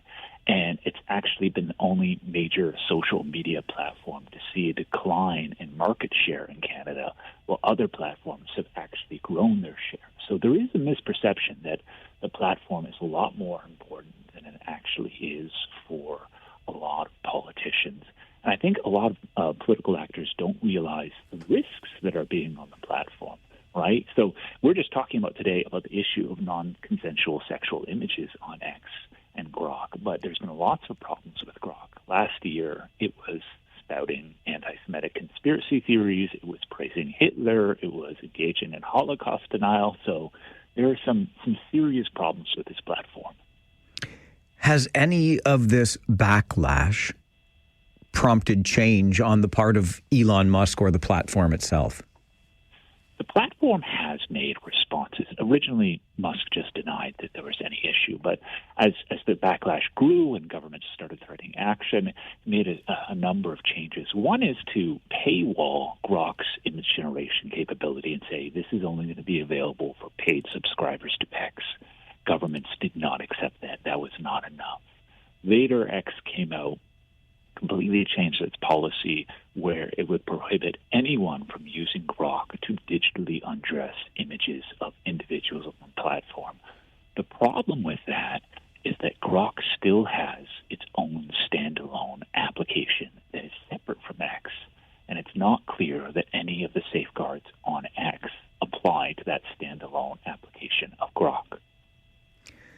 I consider it to be anti-social media. I have for a while. And yet, you know what, I'm almost embarrassed to say, Eric, I still have and use an X account. Maybe I have to reconsider my platforms too. Mm-hmm. Well, it's problematic because if you want to hear what the government is saying, if you want to hear what the prime minister is saying or the leader of the opposition or any important government department, that's where you have to go. So I'm a researcher, and I don't use X to look at media. I don't like things. I don't respond to things. But because I have to see what the government's saying, I have to stay on the platform. So in that sense, government officials are helping keeping the platform alive because they're drawing eyeballs to the platform. So they have a major role in this. Interesting stuff. A double-edged sword, to be sure. Eric, really appreciate your time and perspective on this. Thank you very much for joining the show. Oh, you're welcome. Eric van Rijthoven is an instructor in political science at Carleton University. Worth noting that a local MP, Dominique O'Rourke from Guelph, who had been a municipal councillor and then ran for the federal Liberal nomination, won it and won a seat. And she has decided, in the wake of all of this, to withdraw from posting on the platform. And Eric summed it up so well there at the end of this, right? There's the value of being on the platform and the perceived value of being on the platform. Is that where you have to be to reach your audience? And then, of course, by being there, you are drawing eyeballs to the platform. The more eyeballs, the more revenue, the more ad revenue, all of these different things, right? And you basically help the platform to continue existing. So again, I'll just share it from my perspective here. I was that reluctant adopter of the platform by order of a manager at the radio station. This is a long time ago. This is when the platform was in its very infancy. And frankly, I look back on it now and I do believe there was real value. He was right when he told us that all those years ago, even though I was stubborn, shocking, right? Spoke my mind about it, shocking, but got onto the platform, and it did help to complement the work that I was doing on the air. There would be that online presence that complemented the work that I was doing on the air. And it's been that way throughout its existence. I'm trying to kind of figure out where the measurement is at now in terms of the eyeballs that get onto the content. And I feel as though, in case you didn't know, I actually ended up, because mostly I didn't know what I was doing, but I ended up with 2 different X accounts. One is almost exclusively built for my work in the Ontario Hockey League, and the other is connected to my role on this talk show. Why I have to have, it's the same person, it's just a different audience. But I find today, or at least I feel, my perception today is that the account that I use to focus on the Ontario Hockey League still generates a lot more interaction, and it's a much more pleasant place to be. On this side of things, it's a far less pleasant place to be. And I don't engage a whole heck of a lot anymore. I just use the platform to post and share what I want shared with the wide audience that I've built over well over a decade. I think it was 2011 I first joined, so 15 years now since I first got on the platform. But there's an audience there, and if I can post something there that catches your attention in the morning, you might see the video I post every day to say, hey, here's what's coming up on the show. And if that gets you to come over here and join me sometime between 9 and 1, that's a win for me. That's what I would like to use the platform for. Come on over, join me on the conversation. Here's what we're going to talk about. Here's what time you're going to hear it. And if I can use that platform to draw your ears over here, it's a win. At the same time, if I'm getting your eyes on the platform, then I don't want Grok to win. I don't know Elon Musk personally, but he doesn't strike me as the most scrupulous business person. So do I care if he wins, or do I want him to win? But it just brings me around to this whole idea of social media in and of itself. I remember what Twitter/X used to be like. And it was kind of a fun place to hang out. I met people through there, made connections in this community through there. Everybody seemed to be on there. We kind of had our own little Waterloo Region Twitter ecosystem. It was kind of cool. Got involved in some interesting stuff. It's a much different place now. And it just begs, it's like the whole chicken and egg thing, right? Is it the platform's fault, or is it the way people use it? Is it the user's fault? And here we are now with these absolutely despicable and disgusting things being generated by Grok, the AI chatbot on X. It's awful stuff. I can't even imagine that somebody would think of doing it. And then once they start, anyway, it's a part of our technological advances that I, quite frankly, despise. What replaces X? I haven't the foggiest. I've gotten onto Blue Sky. I think it's useless. I don't care for it. I use Facebook and Instagram for this show. And Instagram probably seems to be the most pleasant place, social media-wise. Even on Facebook, you're oftentimes getting into little arguments back and forth about things. I don't know. Maybe it's just the way I use it. Do you use social media at all? Do any of the platforms work particularly well for you? Or maybe we should just abandon the whole thing. The social media experiment is over. Have you left any of the platforms? If you were a woman, I wouldn't blame you at all for leaving X after this nonsense. I can tell you that for free. This is the Mike Farwell Show on 570 News Radio and Rogers TV. I think we have to differentiate between the real advantages of being on the platform and the perceived advantages of being on the platform, because I have to see what the government's saying. I have to stay on the platform. So in that sense, government officials are helping keeping the platform alive because they're drawing eyeballs to the platform. So they have a major role in this.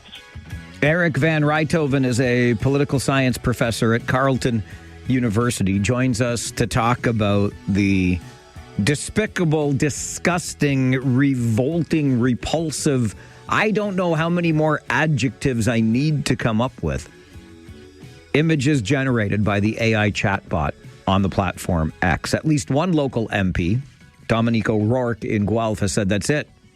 My office is no longer posting on the platform. You'll have to get my information elsewhere. And thus is the chicken and egg argument here, right? The politicians who use it in Canada, because Canada's response has been weak compared to the rest of the world, but the Canadian politicians who use the platform believe that it's one of the best ways to share information, get eyes on it, and of course, in so doing, they keep eyes on the platform, which allow for AI chatbots like Grok to continue doing their awful things. Let's go to the phones, hear from you on this. Dylan, good morning. Good morning. Mike, just want to start by saying I don't think your adjectives matter. I think what matters is this legal or is this not? We are definitely at the very tip of the iceberg when it comes to AI. It's new technology, and it's developing so quickly, quicker every day, and our laws haven't a chance at keeping up. Is it illegal to make child pornography on AI? If it is, why? It's not an actual child. It's a computer-generated image. So, these questions got to be tackled, and they got to be tackled fast, because the problems are going to only get worse and worse as this technology gets better and better. We talked before, Mike, about evidence in courts. How can courts trust any sort of photographic evidence or video evidence moving forward? There's a great argument that it was an AI generated image. So that's out the window. As for X, I don't believe it's the platform's fault per se. Again, legally speaking, it's the users that are creating these images. Should X put limitations on what type of images should be created? Sure. It may keep some people active on the platform. But again, until the laws catch up, it's not illegal. They haven't done anything wrong. And then, like I said before, it's tip of the iceberg. The speed at which this is developing is only getting faster. We've really got to put pressure on our politicians to develop laws quickly. And maybe they have to block some of these options for platforms and stuff until laws can be created, because we're not keeping up. Listen, I hear where you're coming from, Dylan. I hope that we can agree, though, to your point about the image that's created, whether it's child sexual abuse or not, isn't a real person. So is it legal or not? Can we just be, it is illegal. All of this is illegal. And so we just need the law. Don't get me wrong, Mike. Don't get me wrong. Okay. The guy's not walking out of the room without a black eye. Thank you. I see it. Black eye, he'd get more than that from me. If he's put in front of a judge, that's what I'm saying. Is it illegal? Yes. Let's just make it illegal then. To your point about the speed with which we need to create the laws, let's get the damn laws created. That's right, 100%. And okay. That's what I'm trying to portray, is the seriousness of the situation we're putting ourselves in by not keeping up with laws around AI, because the problems are only going to get more and more and bigger and bigger. Like, it would be so easy for me to put Mike behind a team bench in London, and it Mike was there. Hey. I'm just saying, Mike, these are the possibilities, bud. I got you. And I appreciate the call, and I'm glad that we are clear together, Dylan and I, and I'm sure you are with Dylan and I on this, right? This is full stop. No questions asked, do not pass go, do not collect 200, illegal activity. But Dylan is right insofar as we are so far behind at any kind of regulation around this stuff. It's mind-numbing to me. We better hurry up. Because that barn door is wide open. All right, I'm going to hurry up and get you to the news center because we need an update for you. And then let's talk about all this snow. I'm cheap, I'm stubborn, but I'm having a heck of a time with this winter. And I wonder if we could collectively come together, talk about how we're dealing with all this snow, and share some ideas. The Flipside is next on the Mike Farwell Show, 570 News Radio and Rogers TV.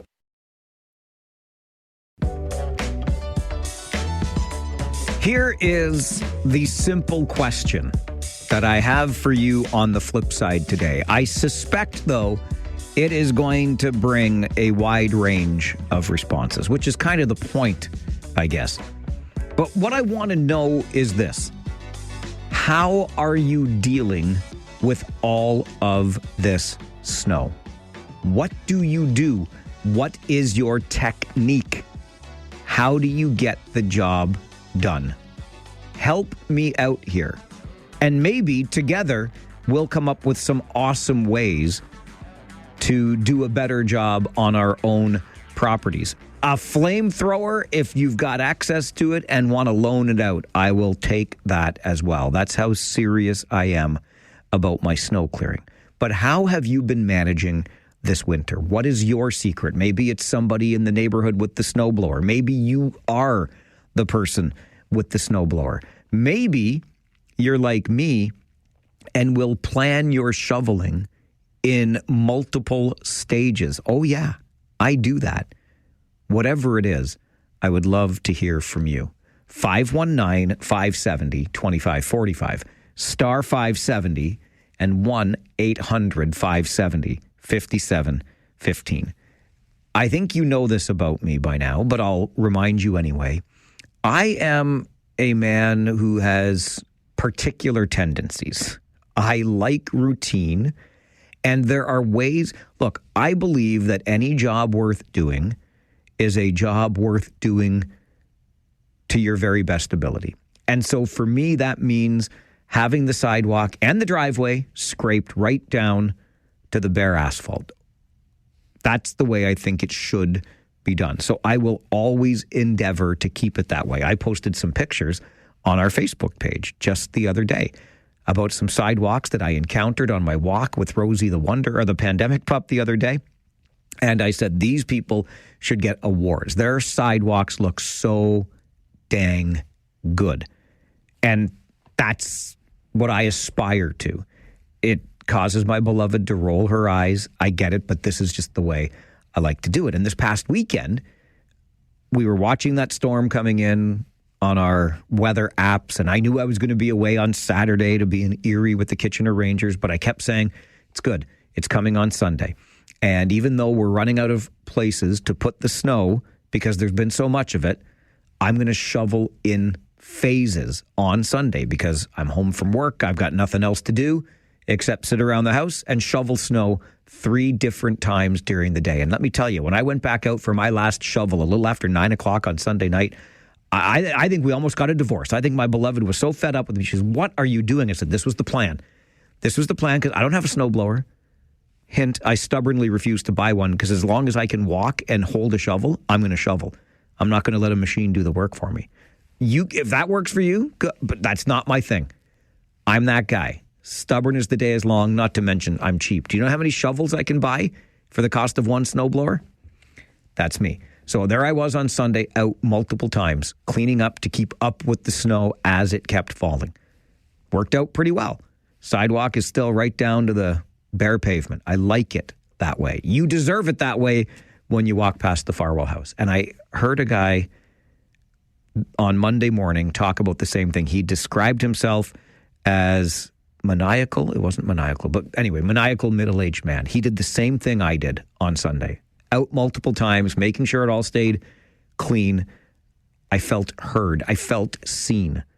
So I want to hear from you. How have you been dealing with this winter? What is the secret? How do you go about dealing with all this snow? John, good morning. Good morning. I'm kind of like you. I really resist buying a snowblower. We have a double-wide driveway, double car long, and double lot, so the sidewalk's pretty long. What we do is teamwork. My wife goes out with a shovel and does the sidewalk right down, and I do the driveway with one of these big scoops, the big pusher scoops. Oh, I got one of those too. I pull it out now and again, yeah. I use it all the time. It's great. Just ramp it up and build these big snowbanks. But I do say I'm not in favor of going right down to the pavement at certain times of the year. Early winter, late winter, when we can clear it down, then we're going to get some freezing rain. We're going to have a slippery surface. If there's like a quarter inch or so of snow on the sidewalk, I'll leave it there. If the snow ice lands on that, if we get freezing rain on that, you don't slip. You crunch through it, and you still have traction. John, I like how much thought you put into this.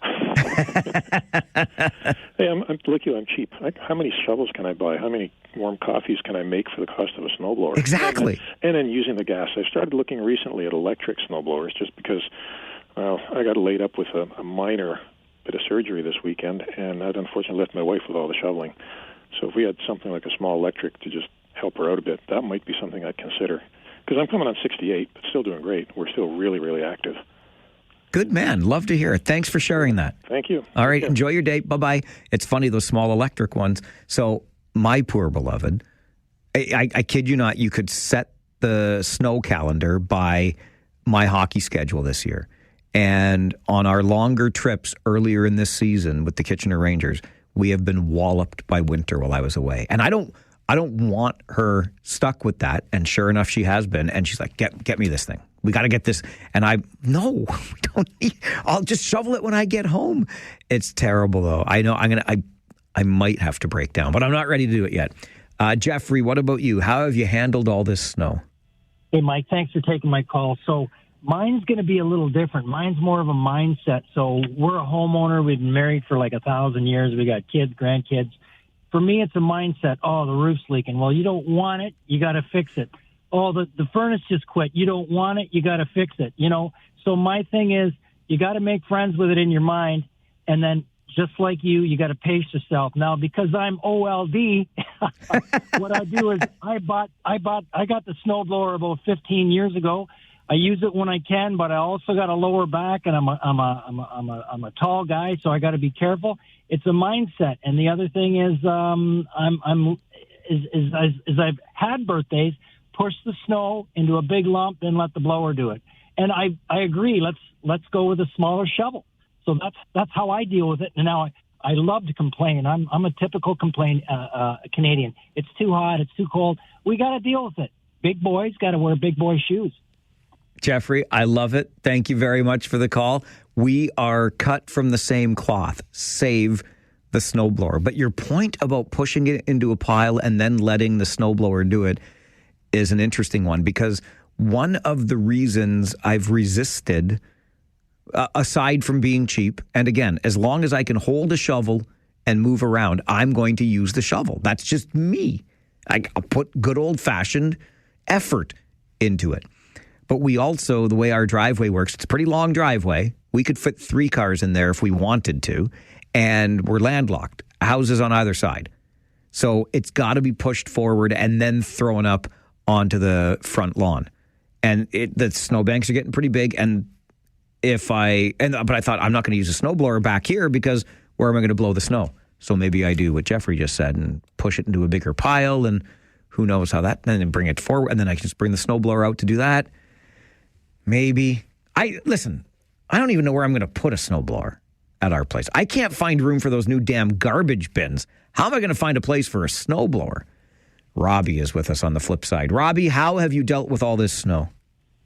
Buddy, I bought a snowblower. What is the matter with you? You've gone soft, dude, man. Soft. Really? Come on. Soft. You know what? I turned 58 yesterday. It was my birthday. Hey, happy belated.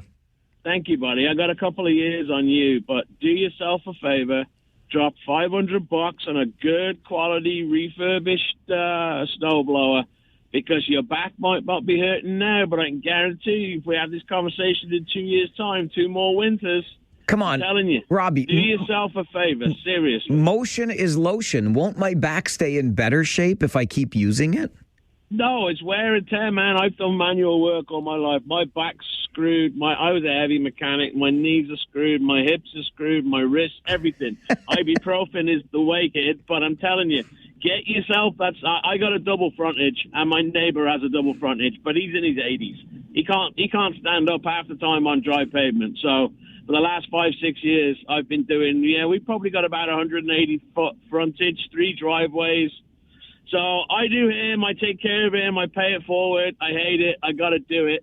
Last night was amazing. I live in St. Agatha, so I'm on Herb Street. We're on the main road. It's busier than Highway 78. So we've had 6-foot ridges of snow outside our houses for the last 4 or 5 weeks.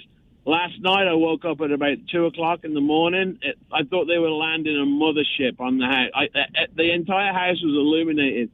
And it looked like that scene from your not your favorite movie to talk about, but Die Hard 2 with the bullion robbery. There was just rows and rows of dump trucks, and the guy with the biggest snowplow in the world. I woke up this morning to no 6-foot ridge outside my house, so that's made the rest of my winter a lot easier. But yeah, you know what? You just got to get on with it and do it.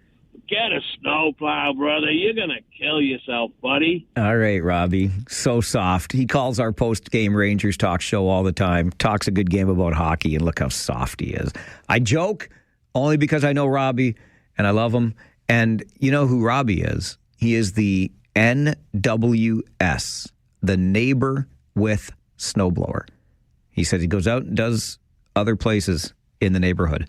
I learned about the NWSs from my good friend Dave Schneider, the public address announcer at Kitchener Rangers games at the Memorial Auditorium. You know Schneids. We all know the friendly neighborhood Schneider man. And he was giving me the gears last week at the Ranger game for this very thing. I'm like, this is how I do it. I'm not getting a snowblower because I can still walk and I can still move a shovel. I'm going to do it with my good old-fashioned effort. He says, Mike, well, he says, Farzy, be the NWS, be the neighbor with snowblower, because that's what Schneids is. Of course he is, because he's the friendly neighborhood Schneider man.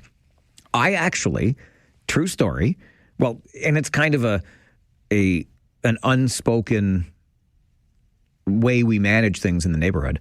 I will go out and do 4 sidewalks, mine plus 3 others immediately next door. And only the sidewalks. I'm not doing their whole driveway, but I will make sure whoever comes out first tends to do it. And most often it's me and the gentleman next door. But I will shovel those sidewalks. I'll be the NWS neighbor with shovel. But I'm not yet ready to plunk down my money on a snowblower. And if I have to shovel in stages, I'll shovel in stages like I did this last weekend. How have you been dealing with all this snow? Share your tips with us. On the flip side this morning, it's the Mike Farwell Show, 570 News Radio and Rogers TV. I hope you're happy with yourself. I just received an email from my beloved with a lot of exclamation marks at the end of it. All caps, snowblower for the win. No, that's not what's happening here. Can I walk? Can I hold a shovel? I'm shoveling, baby. I just feel bad when she gets stuck with the big snowfalls when I'm gone away. Maybe I just have to get a new job. Let's go back to the phones on the flip side. George, good morning. Yeah, good morning, Mike. For me, at my age, I don't think I could handle this snow season. So what do? My son's not working right now. He's living off me. So I've been getting him out there double overtime, just keeping up the way you do it. 2, 3, 4 times if you have to. Keep that driveway clear. George, that's a perfect trade-off. If he's living there and not working right now, put him to work. You got 2 feet and a heartbeat. You got something you can do out there. I'm fully behind that, fully behind it. Jonathan, good morning. Good morning, Mike. I feel do what's best for you. If you want to do a snowblower, do a snowblower. If you want shovels, shovel. Yeah, see, this is what you get. This is how the world works now, right? If it's good for you, you do it that way. Yeah. Did my email last night explain the shove I mentioned yesterday well enough? Yes, it did. Thank you for sending the follow-up email. Yeah. And can I get a Farwell Forces membership, please? You certainly can get a number as a member of Farwell's Force, Jonathan. How about 310, please? 310 is open, and it is now yours, Jonathan. Get my name spelled right to Jonathan. A-N. And the first letter of your last name? A. Jonathan A. For Kennedy. Okay for Kennedy, pardon me. Yes, I should have known that because I got your email last night. Jonathan K., you are Farwell's Force member number 310. Just 310 just 10 is my lucky number. I love it, Jonathan. Welcome aboard Farwell's Force, the force for good, the force for change, the force to be reckoned with. 310 members and counting. Hey, if you listen for 15 minutes a day, you are more than welcome to join Farwell's Force. We'll take all new members. Greg, good morning. Hi, this morning, Mike. Hey, I'm doing well, my friend. How are you? Listen, you're out there in the country. How are you dealing with all this snow? Well, I got a great big green John Deere tractor with a 7-foot blower on her. Of course you do. And I can blow all the snow you want to throw at me. Greg, I got cold beer in the fridge. When are you going to come over and help out? Yeah, so if I would, you know. I know you would. But you know, it's been a trying winter because I look after the neighbors with their long laneways. And the one neighbor, he goes to work at 10 after 6 in the morning. So I'm watching the weather really close. And if I see it blowing like it always has been, I'm up at 4:30 and I go over and I blow them out to make sure they both of them get to work. Come on, wait, you go out and that's some kind of service. Oh, yeah, well, you got to do what you got. When you're retired, it's just, you know, it's something to do, Mike. Good for you, Greg. That's really impressive. Well, then I do the farm mix so the guys can get into work. I love watching them go to work. As you're sitting there saying, I'm just shoveling, I'm blowing snow today. That's all I'm doing. Yeah. I'm usually done by 8 o'clock and go back in and sit and have my coffee and watch everything come alive. Everybody go home to work. Good man. Good to hear from you, Greg. Thanks for the call. Yeah. Hey, Mike. Yeah. One thing, that hockey game on Tuesday night. Yes, sir. What's your opinion of it? The hockey game in Kitchener? Yeah, it's Spitfires. Sarnia. It was Sarnia on Tuesday. Yeah, Sarnia. I thought the game was a little bit boring, but boy, did I like the shenanigans. I really enjoyed that. It was more of a theatrical entertainment night than it was a hockey game. Yeah, it turned into that a little bit, but I don't mind a little bit of that, you know? If you listen, Greg, if you can't beat him in the alley, you can't beat him on the ice. Well, you know, it's the first time I've seen a goalie and a player get at it. And, boy, I tell you, you talk about looking after their goalie. I've never seen guys come down so fast and protect him. Like, it was unbelievable. Yeah, I loved it. It's a good, solid team that way. You got that right. I think they're going to go far this year. I think they are, too. I'm really hopeful for that.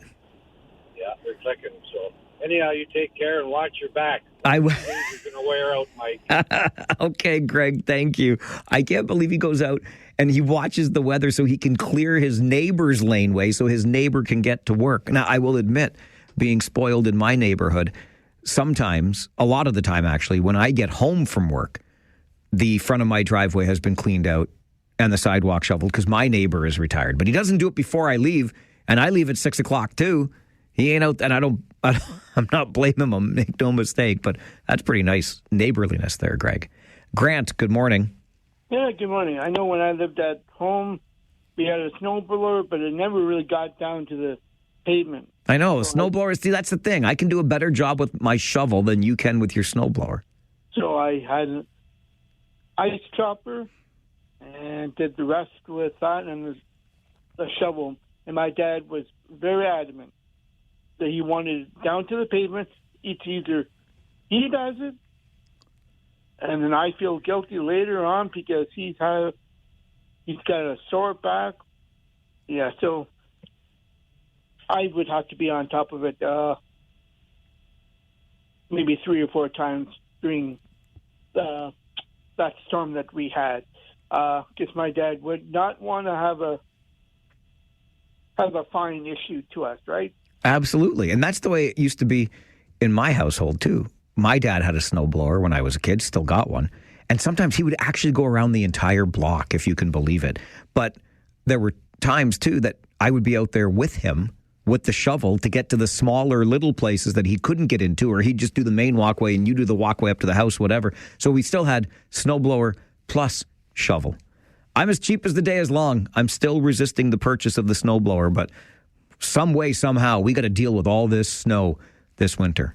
Some interesting approaches that we learned on the flip side this morning. If you've still got a suggestion or two, we'll take them after the news update. I've got to get you there right now to the 570 News Center, but then open phone lines for Talkback coming up on the Mike Farwell Show, 570 News Radio and Rogers TV. Take out the papers and the trash, or you don't get no spending cash. If you don't scrub that kitchen floor, you ain't gonna rock and roll no more. Yakety yak. Don't talk back. Just finish cleaning up your room. Let's see that dust fly with that broom. Get all that garbage outside, or you don't go out Friday night. Yakety yak. Don't talk back.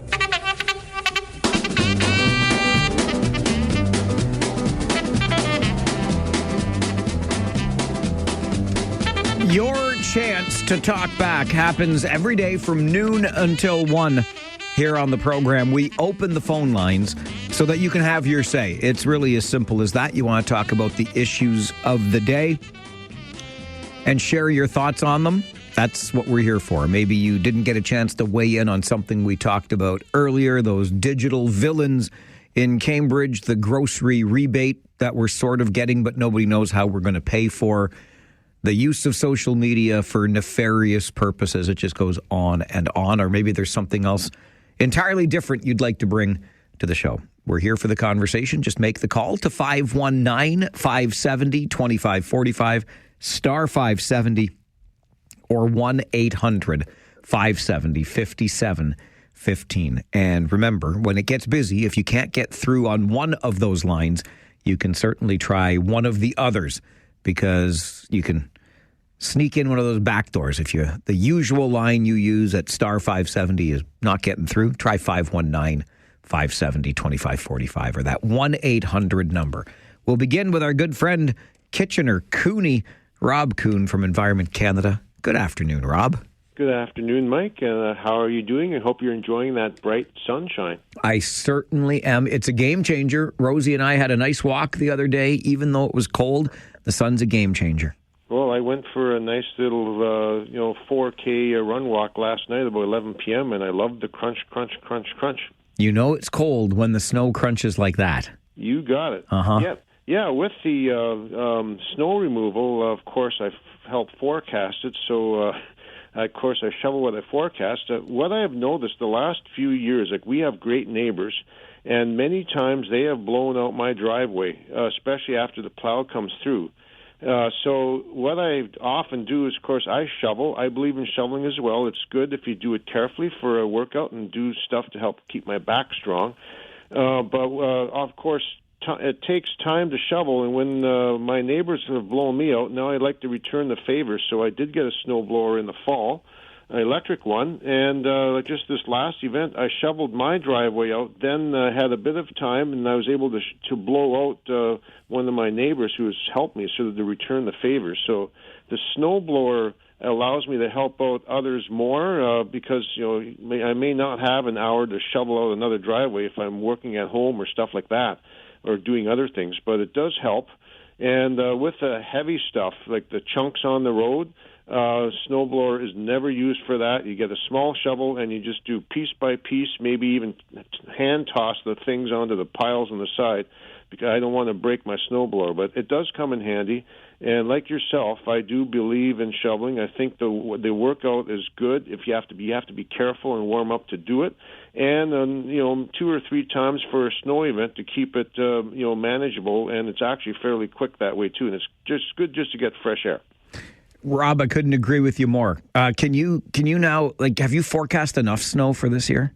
No. What's it got to be that way for? The record snow year, I think I texted you that, was in 2007, 2008. We had 249.4 centimeters. Now, the records at the Waterloo Wellington Airport stopped being kept in 2017, but I don't live too far away, so I keep them here as a proxy. And this year, so far, I'm up to 195.1 centimeters. There's still time left to reach that all-time record. That being said, the next few days look dry. Here, nothing too much. The Lake Huron is becoming more and more ice-covered, and as that happens, the lake effect snow here will diminish. And, of course, that being said, I looked ahead to next weekend. It looks like there's the return of what we call Alberta clippers, and those tend to give a few centimeters each. The jury is out, but we'll see what happens. But it looks like we're going to be drier than what we've been for the next little while, as we're sort of in the depths of winter now with this ongoing, nonstop below freezing weather. I think we're going to enjoy the break after all the shoveling we've done. Good to hear from you, Cooney. Take care. Always great to talk with you, and go Rangers. We absolutely go Rangers. Big game tomorrow night against the Windsor Spitfires. What are we going to get into the odd tomorrow night? 7,300, 7,400? Come on. You know you want to be there for the big game against the Spits. Battle for first place in the Western Conference. 249 centimeters, the record for a year here in the region. Are we going to beat it this year? We got about 55 centimeters to go. Let's not. Stop right now. Linda, good afternoon. You're on Talkback. Good afternoon, Mike. I would like to comment on a statement you made earlier this morning. You were talking about the water and our need for new water treatment options or water supply options. And I'd like to respectfully dispute the statement that we need it today. The region has said that we have adequate water supply for our current population for the foreseeable future. So the only reason we need that additional water supply is for the developments to be built.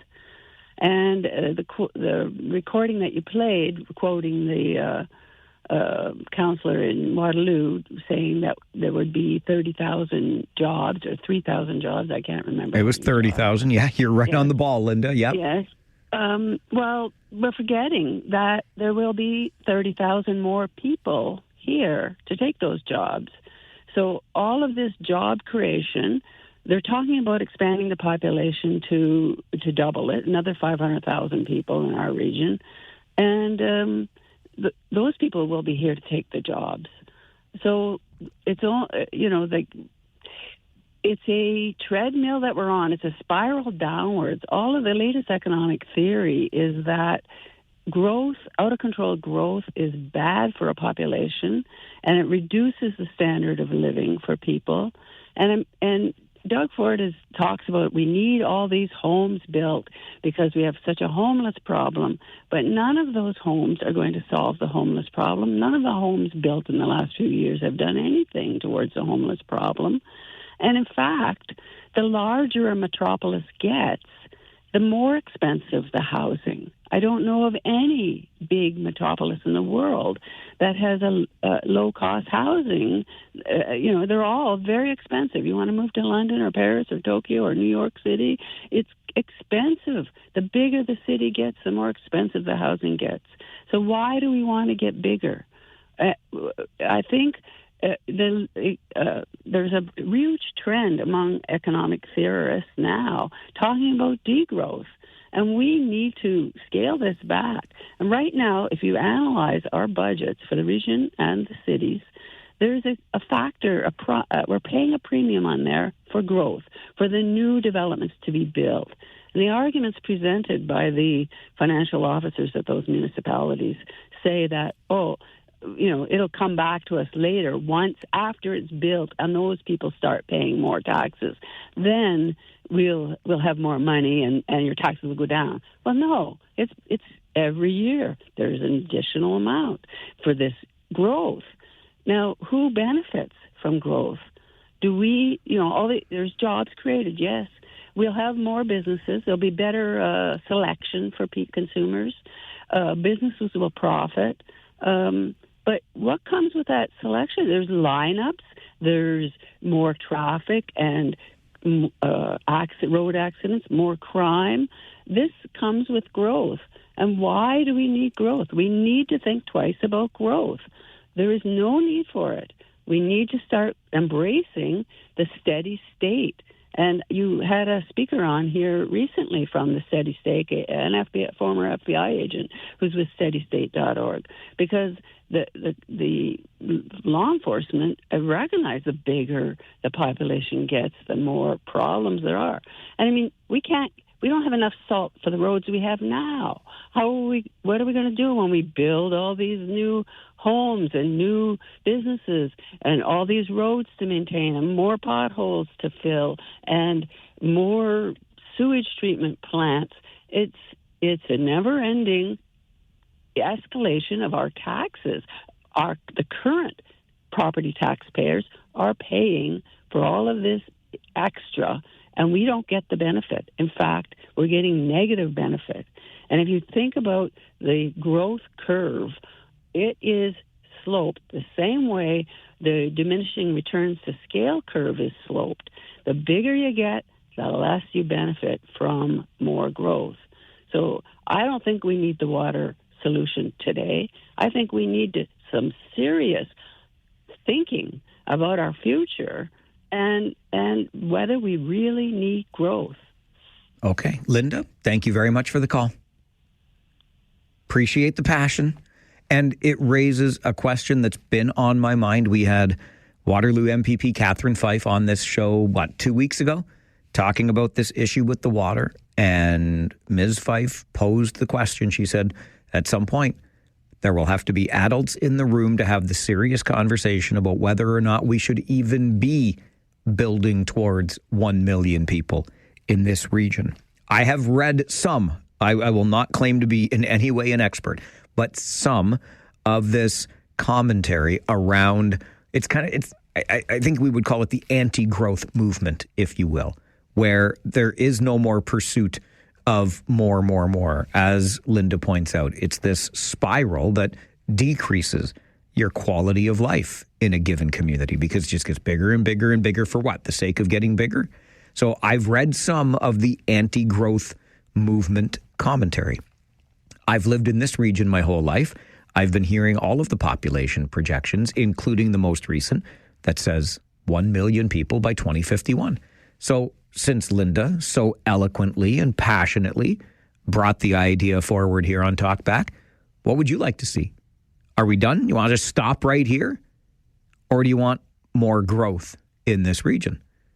Maybe a question we can explore as we continue Talkback here on the Mike Farwell Show this afternoon. This is 570 News Radio and Rogers TV.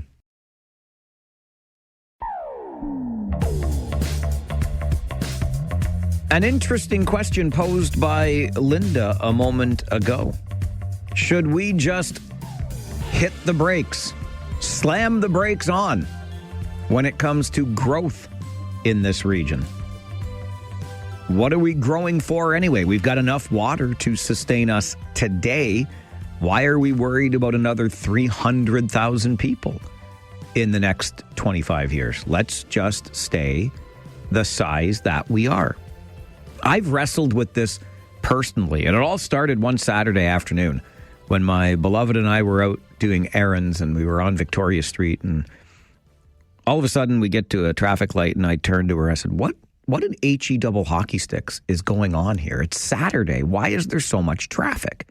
And then it dawned on me, you dummy, It's because there are so many people here now. And I didn't love it. Look, again, I grew up in this town. I remember the old Kitchener, okay? And I am nostalgic for it. I am. And I've complained before about and even mocked our continual construction of condominiums. If you want a new condo, this is the place to come.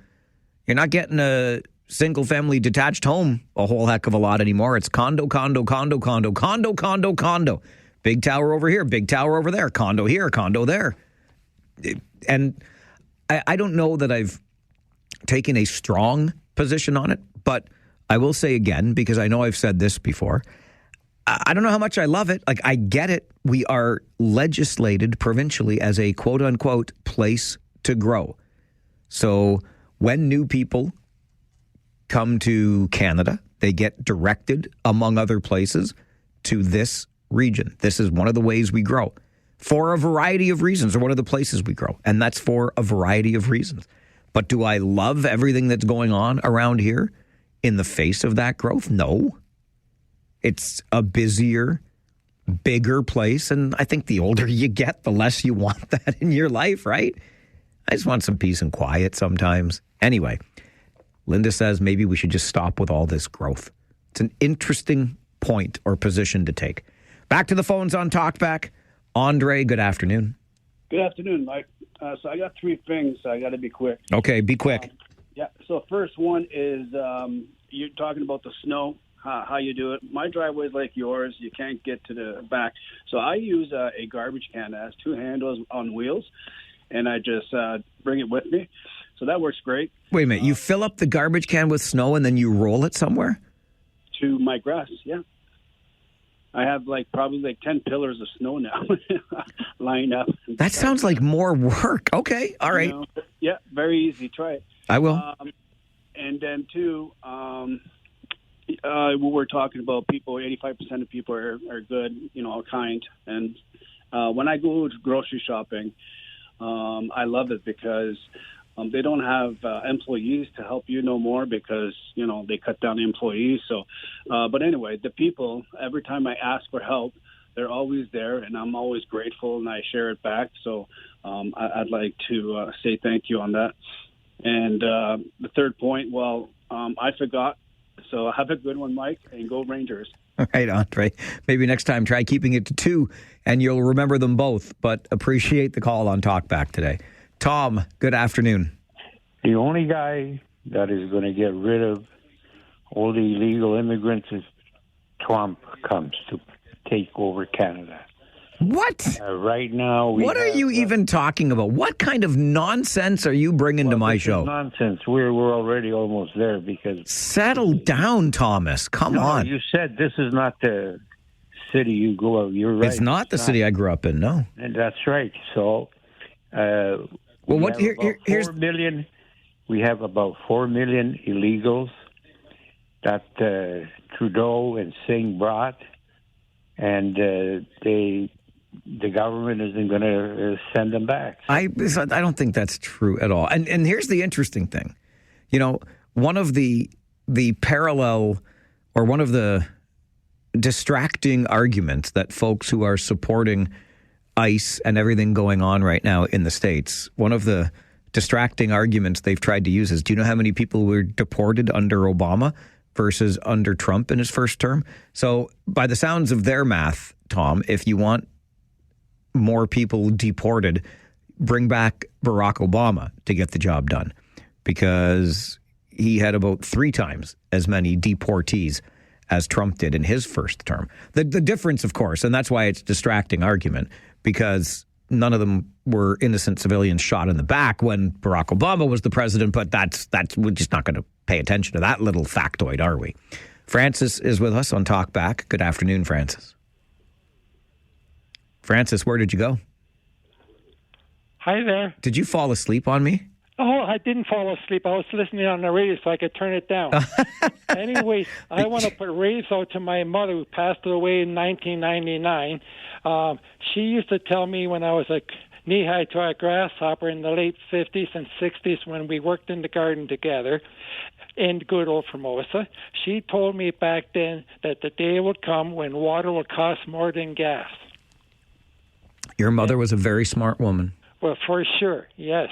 And then I have a question to ask. When a person is going across a crosswalk, people walking across, are you supposed to wait until the people are completely across? I would do that, yes. Yes, well, I was going horizontal the other day in good old town here, you know where I am, and I was going horizontal with the people, and I almost got T-boned by a truck. They were hardly passing, the truck was right there, going across the crosswalk. I'm glad you're safe. So am I. I always pray every time I go on the road. God bless. Thank you, Francis. That reminds me of the St. Christopher medal that my mother has always given me for the vehicles that I'm in, because he's going to protect me from all of the bad things that can happen out there on the roads. Knocking wood. So far, so good, Mom. Thanks for the St. Christopher medallion. All right, I have to get you an update from the 570 News Center, but lots of time to continue our Talkback conversations today. Bring something of your very own to the show or respond to what Linda said earlier. No more growth. We have to reconsider this pursuit of 1 million people here in the region of Waterloo. This is the Mike Farwell Show on 570 News Radio and Rogers TV.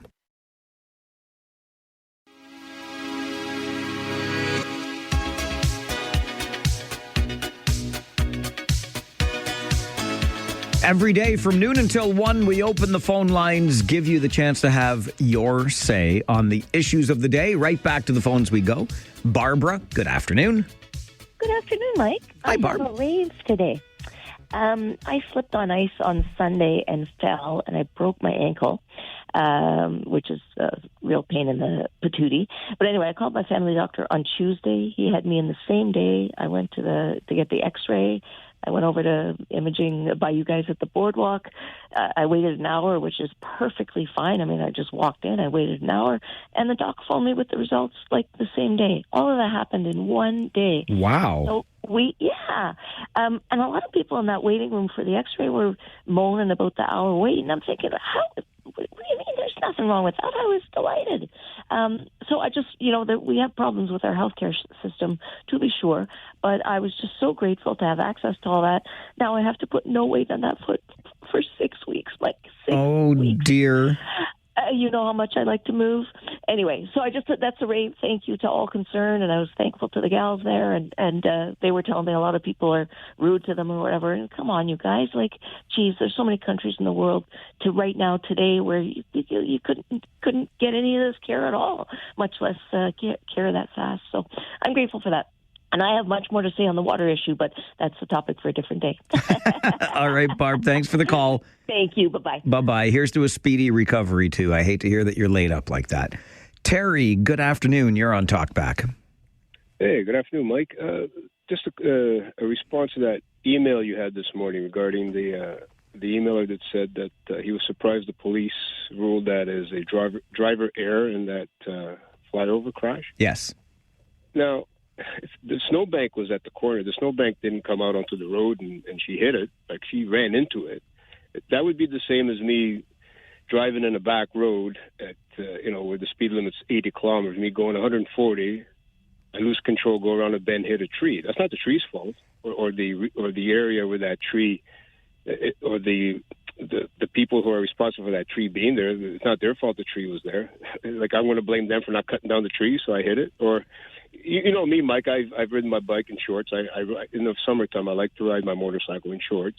Or if I wipe out and get road rash on my legs, I'm not going to blame the people that manage the roads for not having styrofoam roads because I got hurt. Like, it's my fault. I bet you the OPP didn't have to strain their brains too hard to come up with this conclusion. Of course, it's driver error. You're going too fast for the road condition. That's why you ran into the snowbank. Did the snowbank contribute to that driver going over? Yeah, absolutely. But if she hadn't hit it, she wouldn't have gone over it. So clearly, it was a driver error. I don't know what that fellow was talking about, but yeah, it caught my attention, Mike. Yeah, we have to be more responsible for our driving behaviors. I see it all the time, Mike. I'm on the road quite a bit.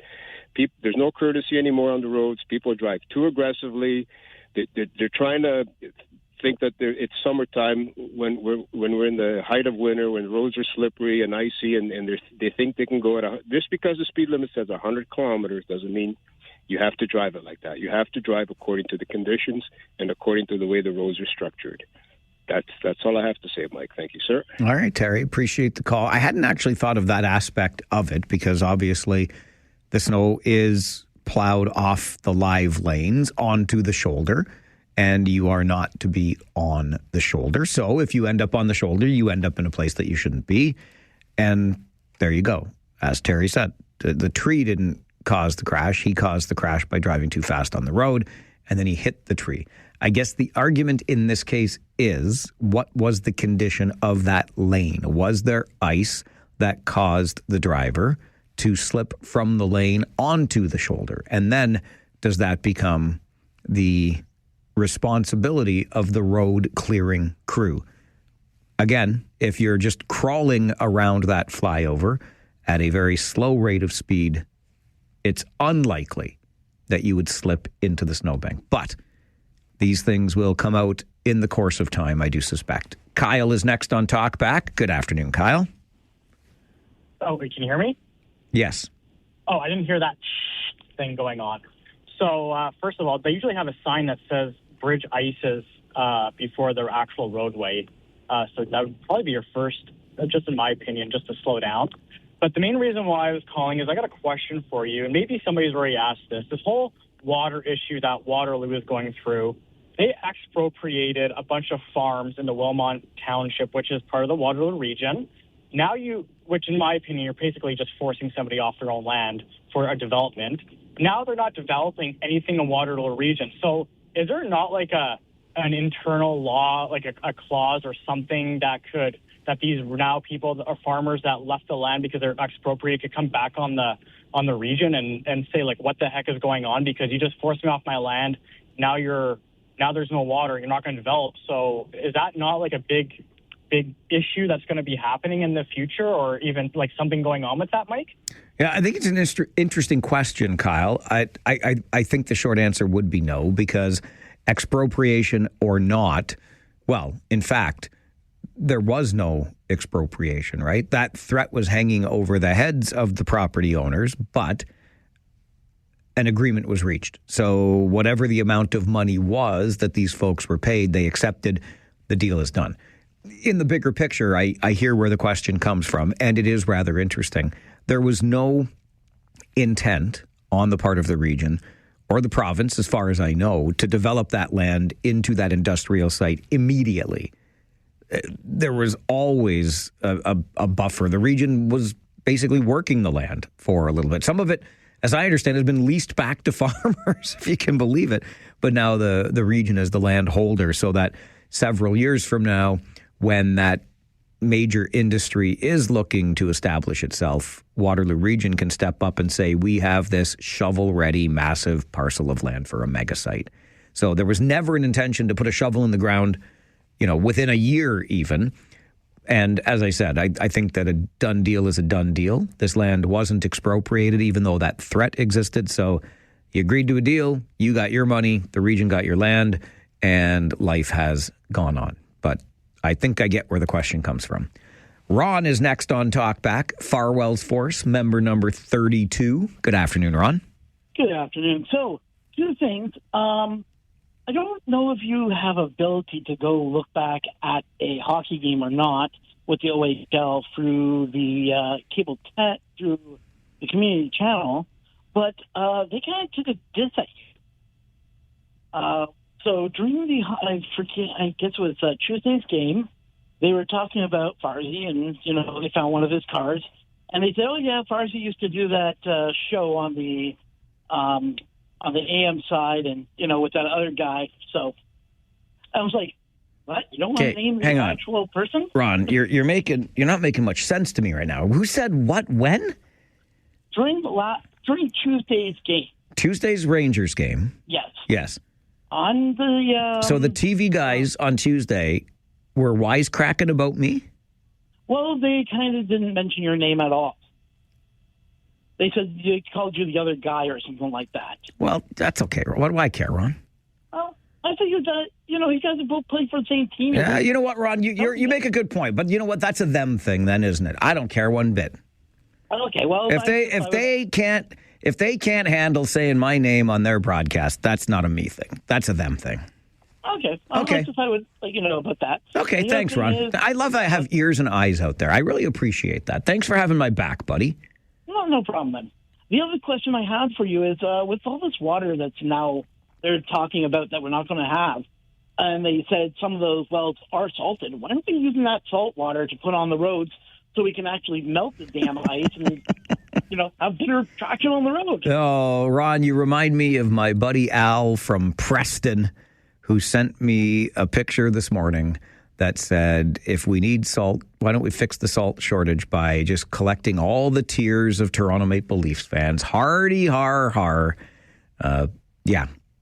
I don't think that would work, Ron, but I love where you're coming from. And I'll just say this again about the salt shortage. We've known for a while how we have not yet sourced salt from other places. I have not the foggiest.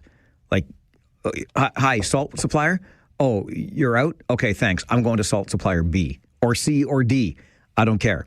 But just sitting around and waiting for salt supplier A to come up with the supply don't make no sense from where I'm sitting this afternoon. Mary is next on Talkback. Hello, Mary. Oh, hi. I hope nobody comes to the door. Why? Oh, yeah, that's happening. Mary, turn down your radio, young lady. Yeah. Well, I went from one to the other. Oh, my I gave you goodness. 2 lines. Okay. No, I was on my way upstairs. I didn't think it'd take me that fast. Anyway, Sorry. I don't think anybody's coming to the door, and they tick me off. However, as far as that lady that went off the road and the report, there probably was black ice. Correct?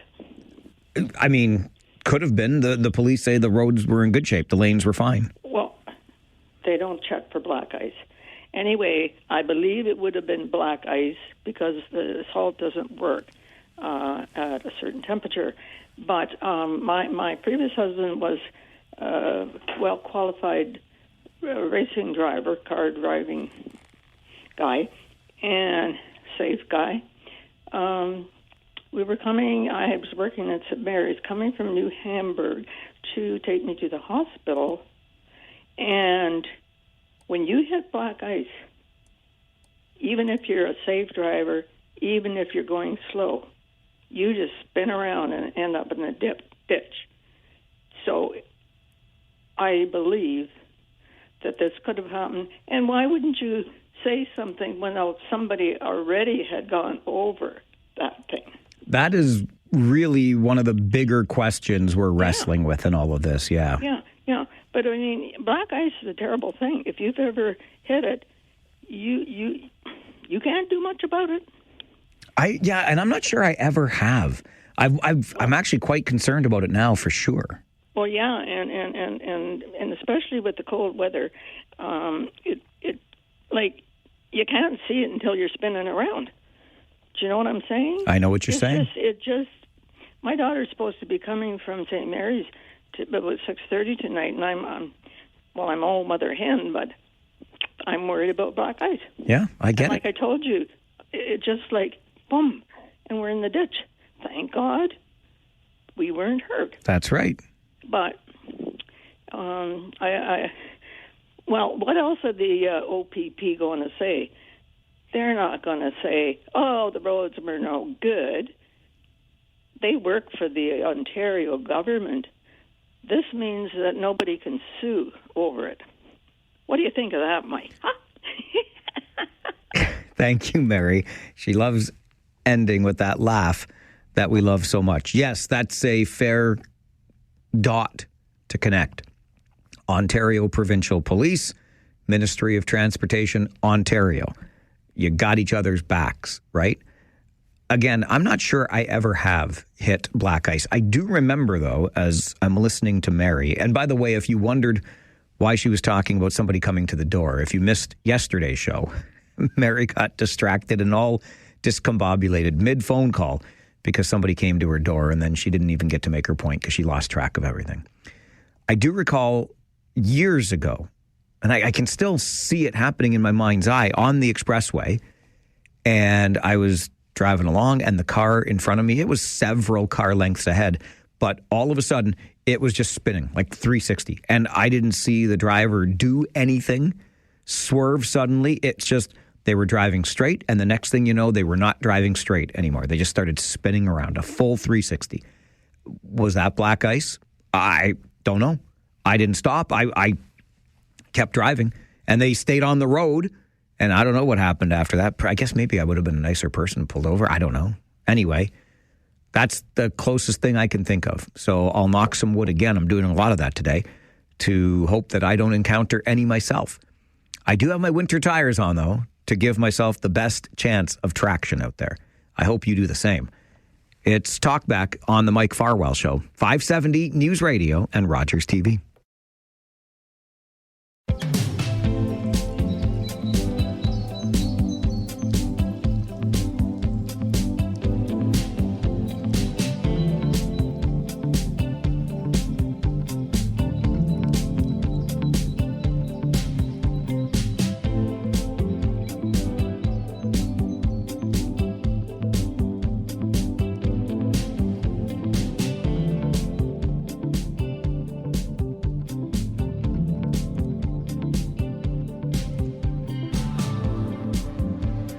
A lot of conversation continues today around that awful tragedy on the flyover Monday morning. Ian sends an email to Mike at 570news.com and says, I'm not sure if anyone has brought this up, but there should have been more consideration in opening the road. Look, there was a significant accident. The first driver was lucky.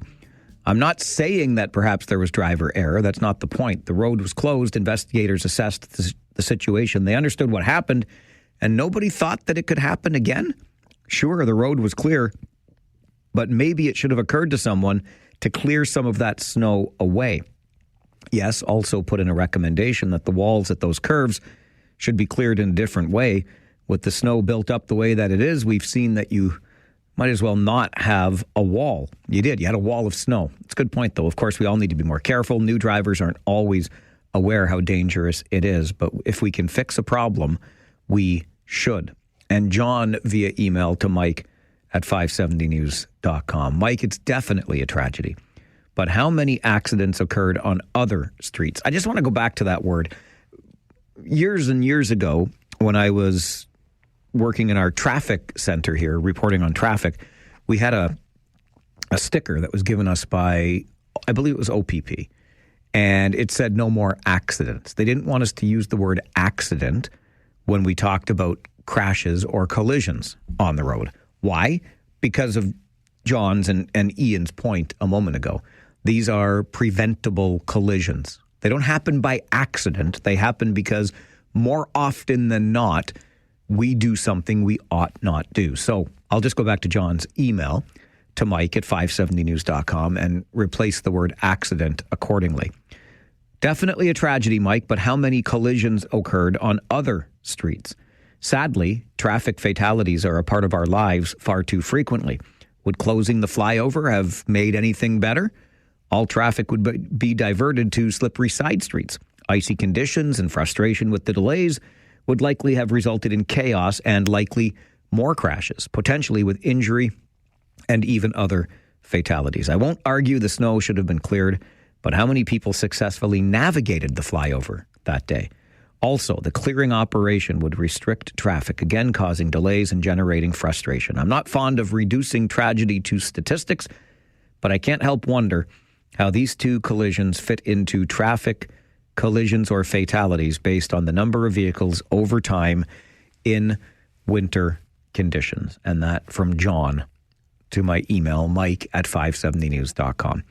Not lost on me in all of this is that someone loved by many other someones has lost their life in all of this. And that is the ultimate tragedy, to be sure. I don't know that we will ever get a satisfactory explanation as to what occurred. I would like to think we could. I mean, there are cameras everywhere, dash cam footage, whatever the case may be. Did somebody on the inside lane kind of wander out of their lane, forcing the driver in the outside lane to just nudge a little further to the right. All of a sudden, oops, I'm on the shoulder. Oops, I'm airborne. I don't know. Was there a piece of black ice that could have caused the car to slip and skid? Don't know the answer to that as well. The report so far initially from OPP is that this was driver error and the lanes were actually in good shape.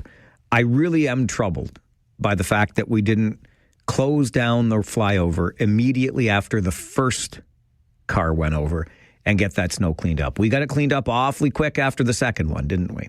And if we could get it done that quick, I think we could have moved with more urgency after the first vehicle went over. What are the chances it happens twice in the same day? I don't know what the odds are, but guess what? Those odds paid off on Monday, and not in the good way when it comes to odds paying off. All right, I got to get out of here, make room for Rob Snow, and now you know that'll carry you through until 3 this afternoon. But I'll tell you what, I'll come back tomorrow morning at 9, and I would love for you to join me then. Our theme for all Request Friday, happy or uplifting songs. We'll do that with our music and our conversations on the show starting tomorrow at 9, okay? My name is Mike Farwell. You are a force for good. Bye for now.